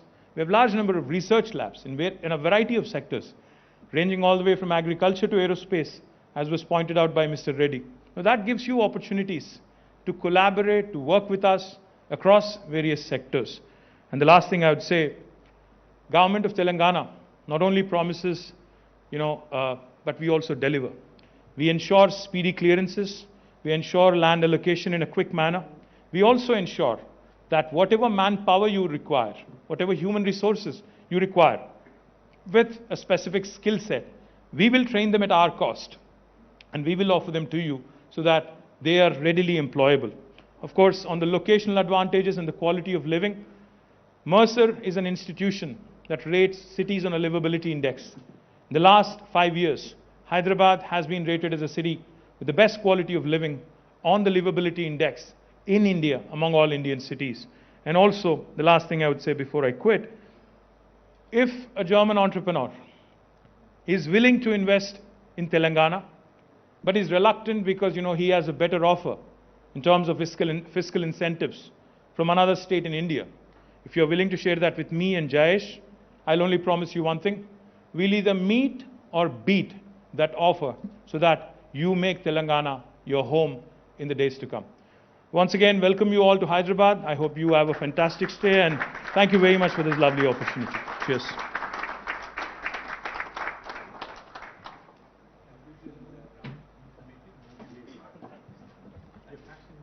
Thank you very much, sir, for such a wonderful reassurance.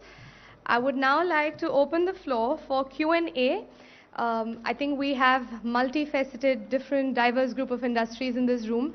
So if anybody has a question, please raise your hand, introduce yourself. The mics will be passed around, and you can pose the question to any dignitary on stage.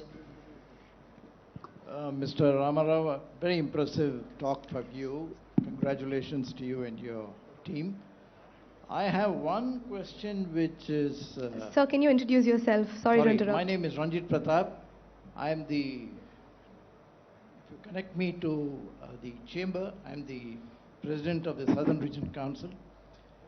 And I'm an entrepreneur on my own. I have many German joint ventures. And I come from the state of Chennai, Tamil Nadu in Chennai. Many industries we have started. And one thing is that in many states, they give us clearances very fast, as you rightly said. But then we encounter the hurdles, like you said, after the single window. And one of the main hurdles we encounter is the pollution control. How effective is this in your state?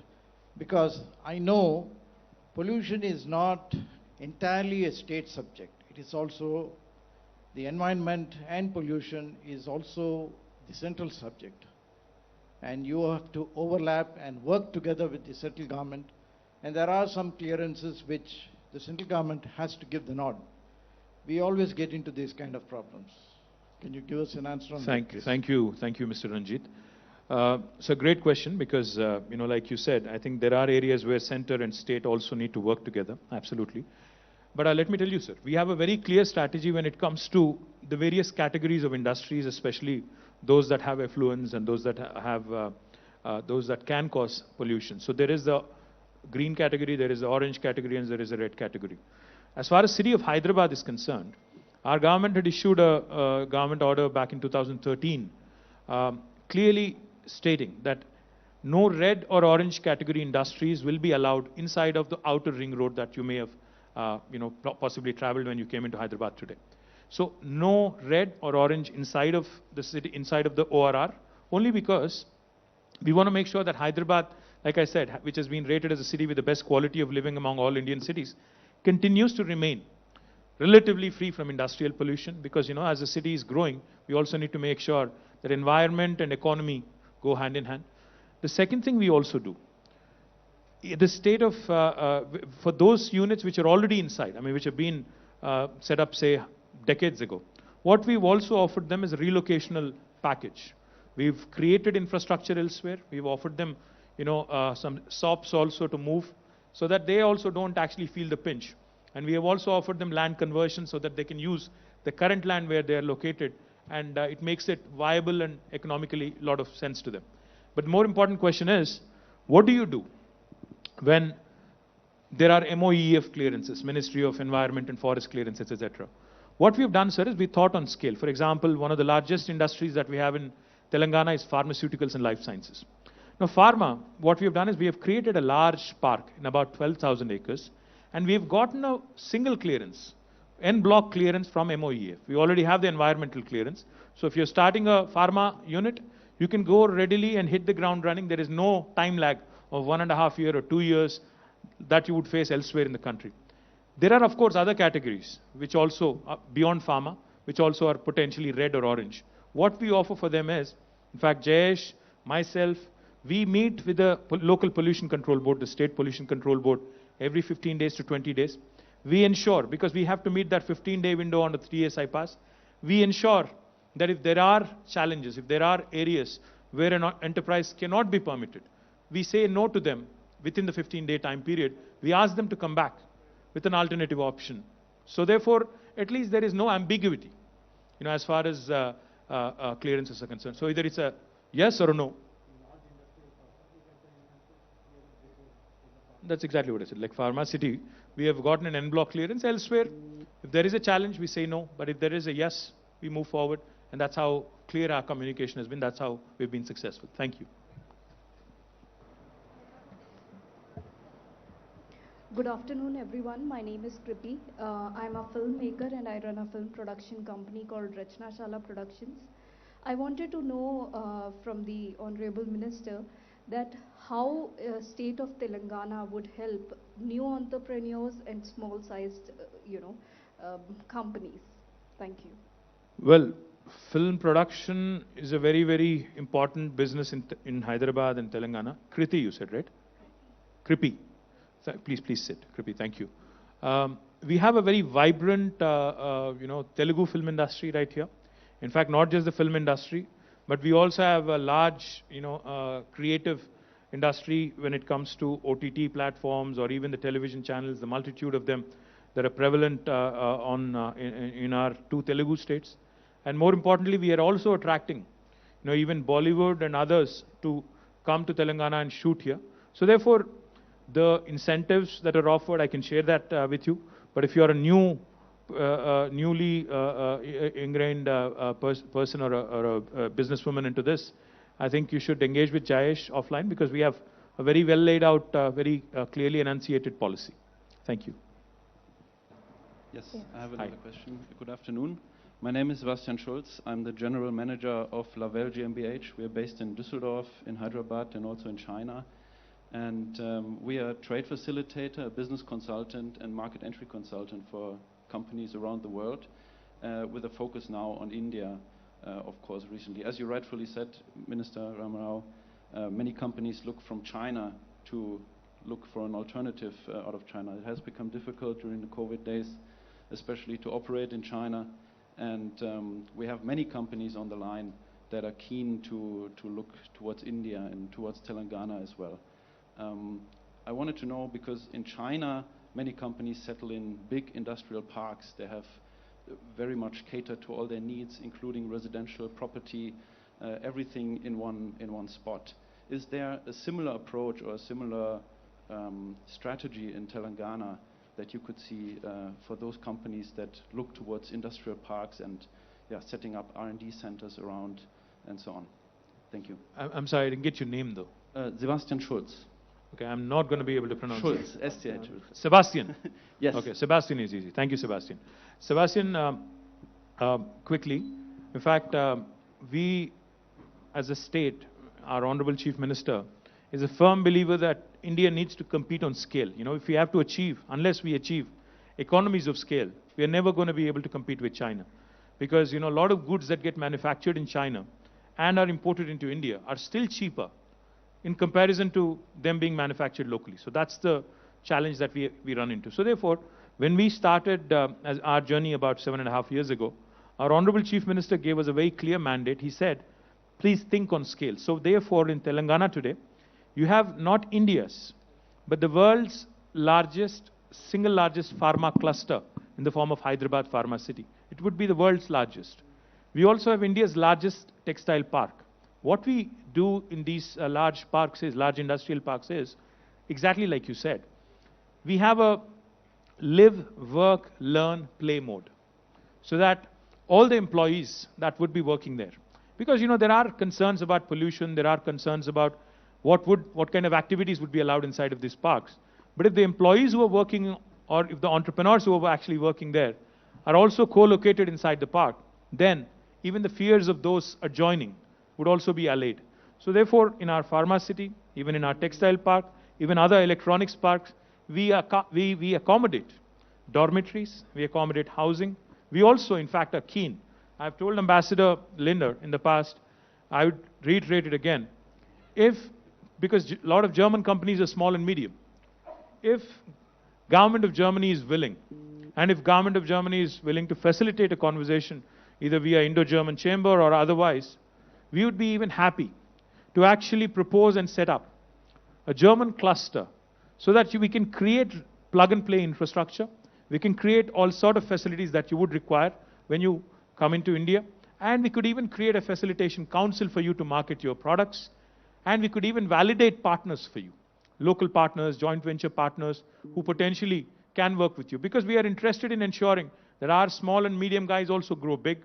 They also partner with you. They also learn from you. There could be a technology partnership. There could be technology licensing, etc., etc. So, as a government, we are extremely positive and gung-ho about the growth of enterprise in Telangana, in India, and we would be more than happy to work with your embassy here in ensuring that we actually create something truly unique. But we already do what you just asked us. Live, work, learn and play. Thank you. Good afternoon, sir. Hi. My name is Komet Reddy Saivardhan Reddy. I'm from Hyderabad, born and brought up. So I think in the hall, I'm the youngest entrepreneur, startup entrepreneur.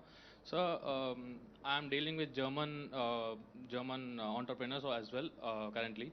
So my request from you is to how we are going to motivate Hyderabadis and how, especially Telangana guys, to cope up with German companies, and how are we going to give them confidence that we are going to, provide a lot of future scope with them and things like that. So can you help? Can you motivate guys like my age guys that we are going to really cope up very widely, and there is a lot of scope in the Indo-German relationship. So can you please tell us something about it? Thank you, Saivardhan. I think when a business decision is made, it's always not just based on bottom line. There are several other factors that go into it. The confidence a state, a local government, kind of provides you so that you think long term, say 20 years, 25 years, like I said. So this is just the beginning. Like Ambassador said, he's visited many, many states.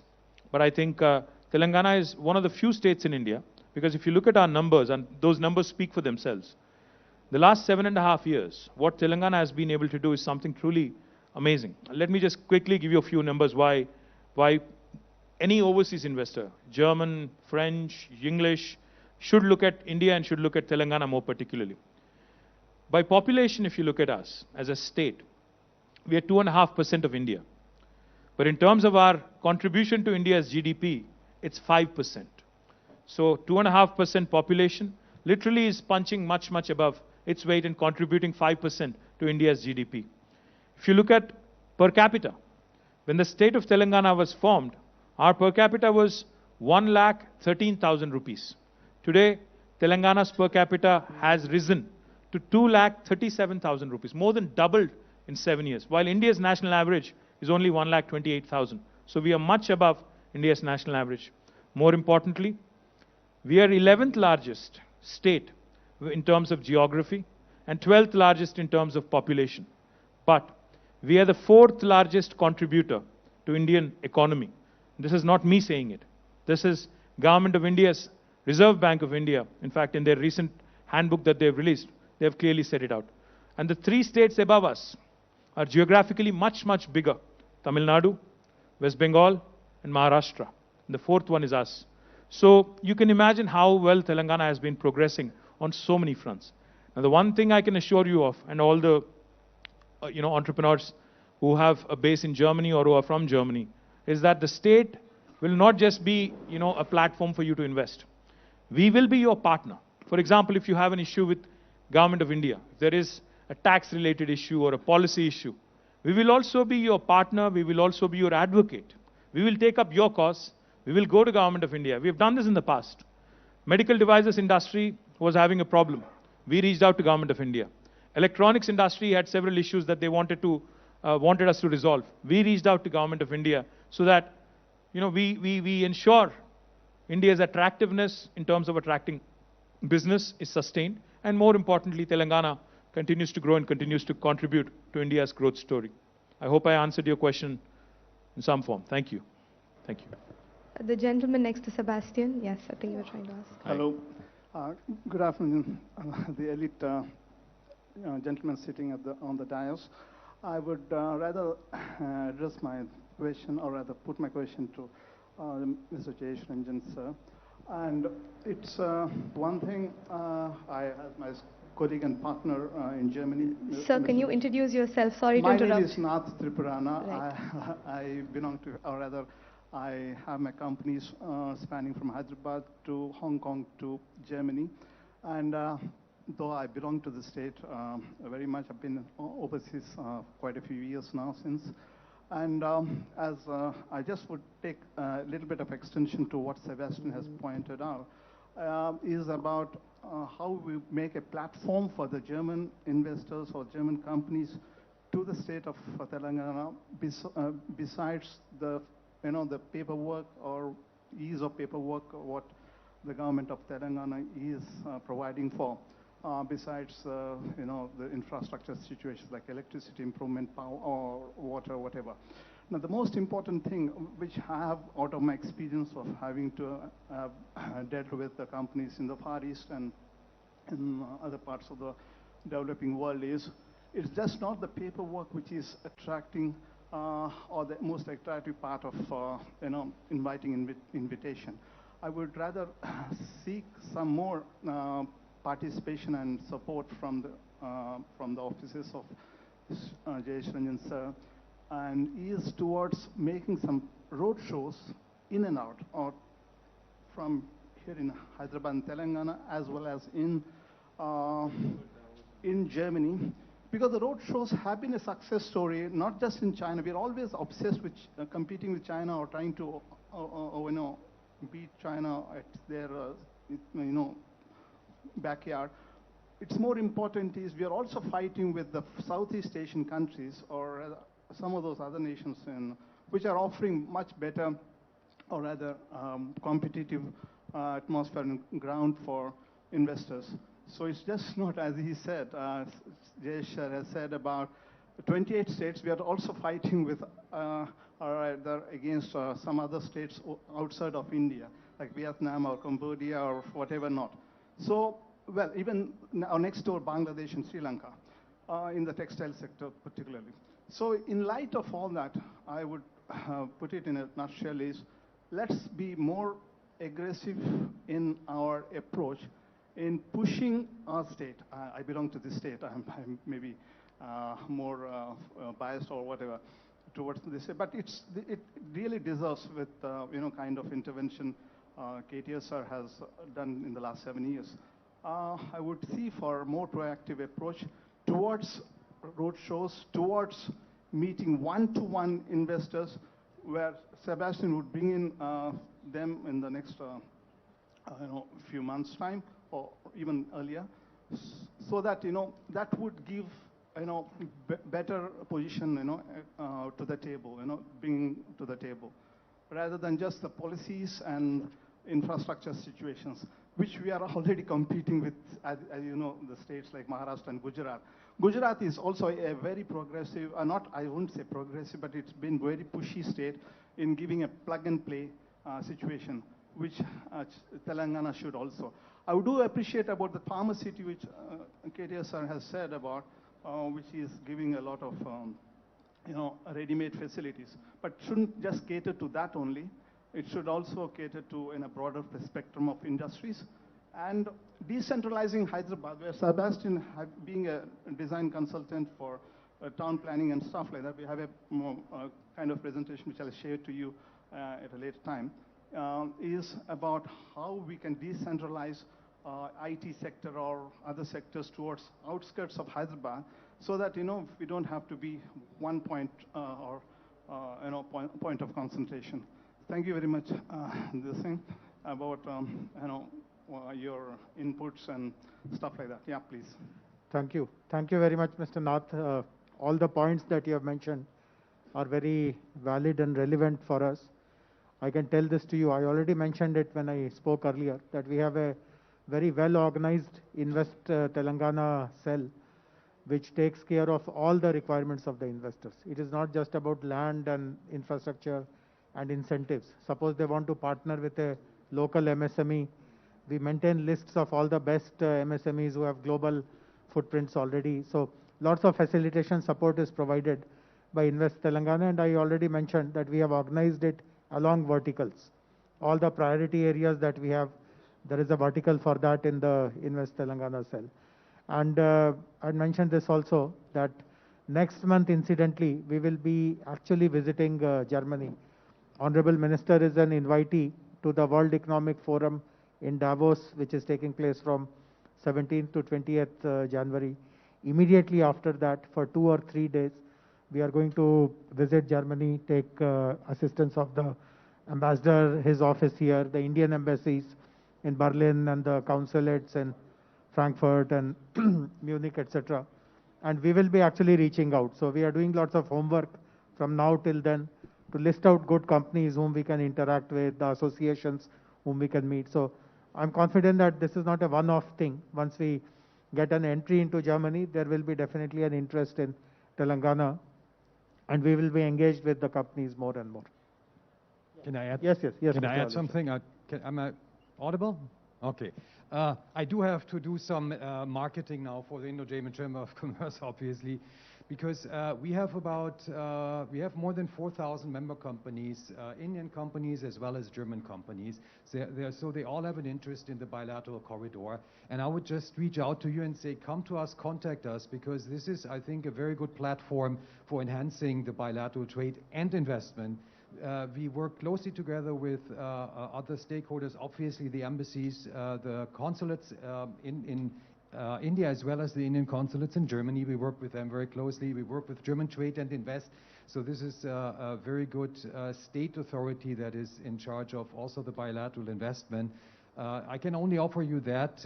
Also, there are some initiatives related to startups company. There's a German-Indian startup exchange program that is funded by the federal ministry that you can reach out to.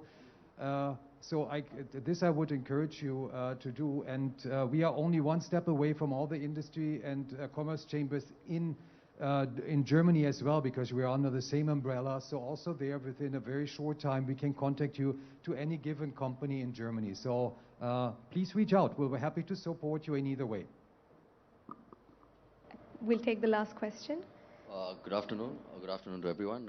I'm Anurag Kotagiri, representing Rights India. We've been an Indo-German manufacturing firm for the past 23 years in Hyderabad. Sir, my question is to you, Honorable Minister K.T.RAMA garu. I see a lot of young mechanical engineers, production engineers, graduating from college, and some of them maybe due to lack of some guidance going into the IT industry.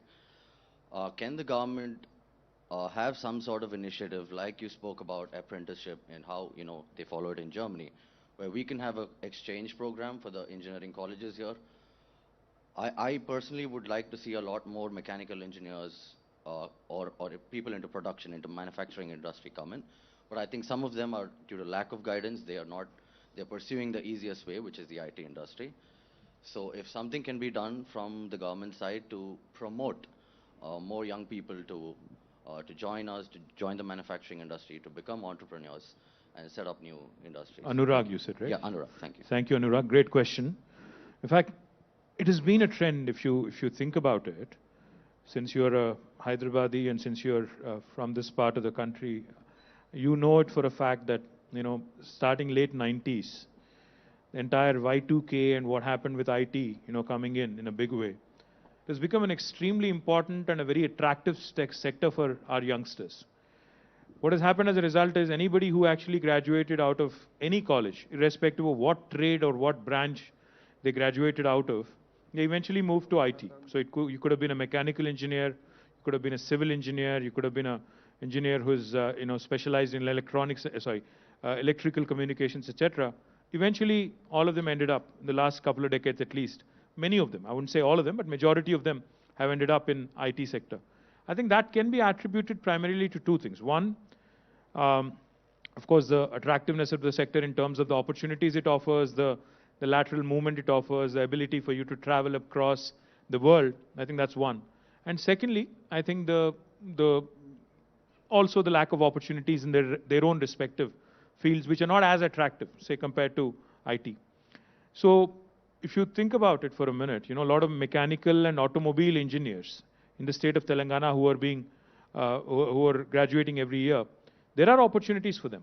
So, we have Mahindra's manufacturing more than 150,000 tractors every year. We have several other auto component manufacturers, such as yourselves also, who are based very much here in the state of Telangana. Now we have I think it's a blossoming electric vehicle industry, which is also going to shape up rather well. We are already, we have commitments from about 4 different electric vehicle manufacturers to set up their factories here. And we also have several others in the offing. So all of these, of course, will require strong pool of human resources. Now, one thing I'm a firm believer in is, of course, IT, like Mr. Mohan Reddy said, has become all pervasive. There is no field in the world now which does not have, IT's sort of, interference. Not interference, but in fact, involvement, let me put it that way. Even vehicles, automobiles which used to be traditionally completely, non-IT, so to speak. Today, a car, electric vehicle is nothing but a computer on 4 wheels, essentially. So therefore, while we completely cannot obviate the influence of IT, I think creating a larger palette, creating a larger number of opportunities, for other sectors also to come in would be of great help. We take your point about bringing in an apprenticeship model so that, the youth are also, the students are also exposed to industrial manufacturing, etc., so that, they possibly can, take interest and start joining in. But I think it's going to be a challenge, honestly.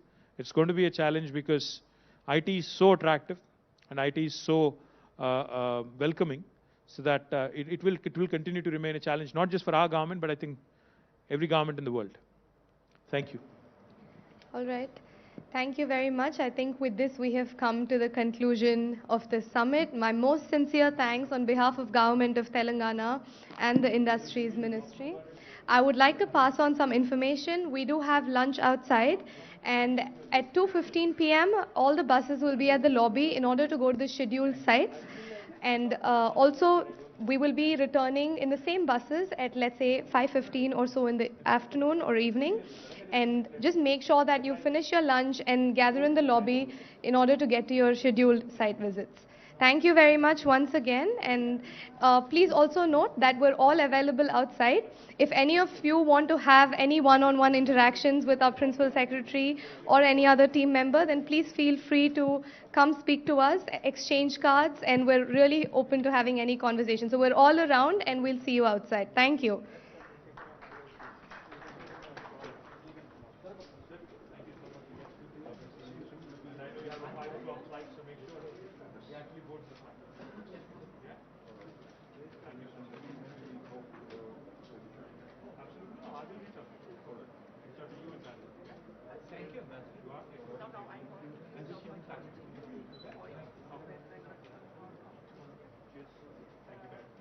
Bye-bye, Ambassador.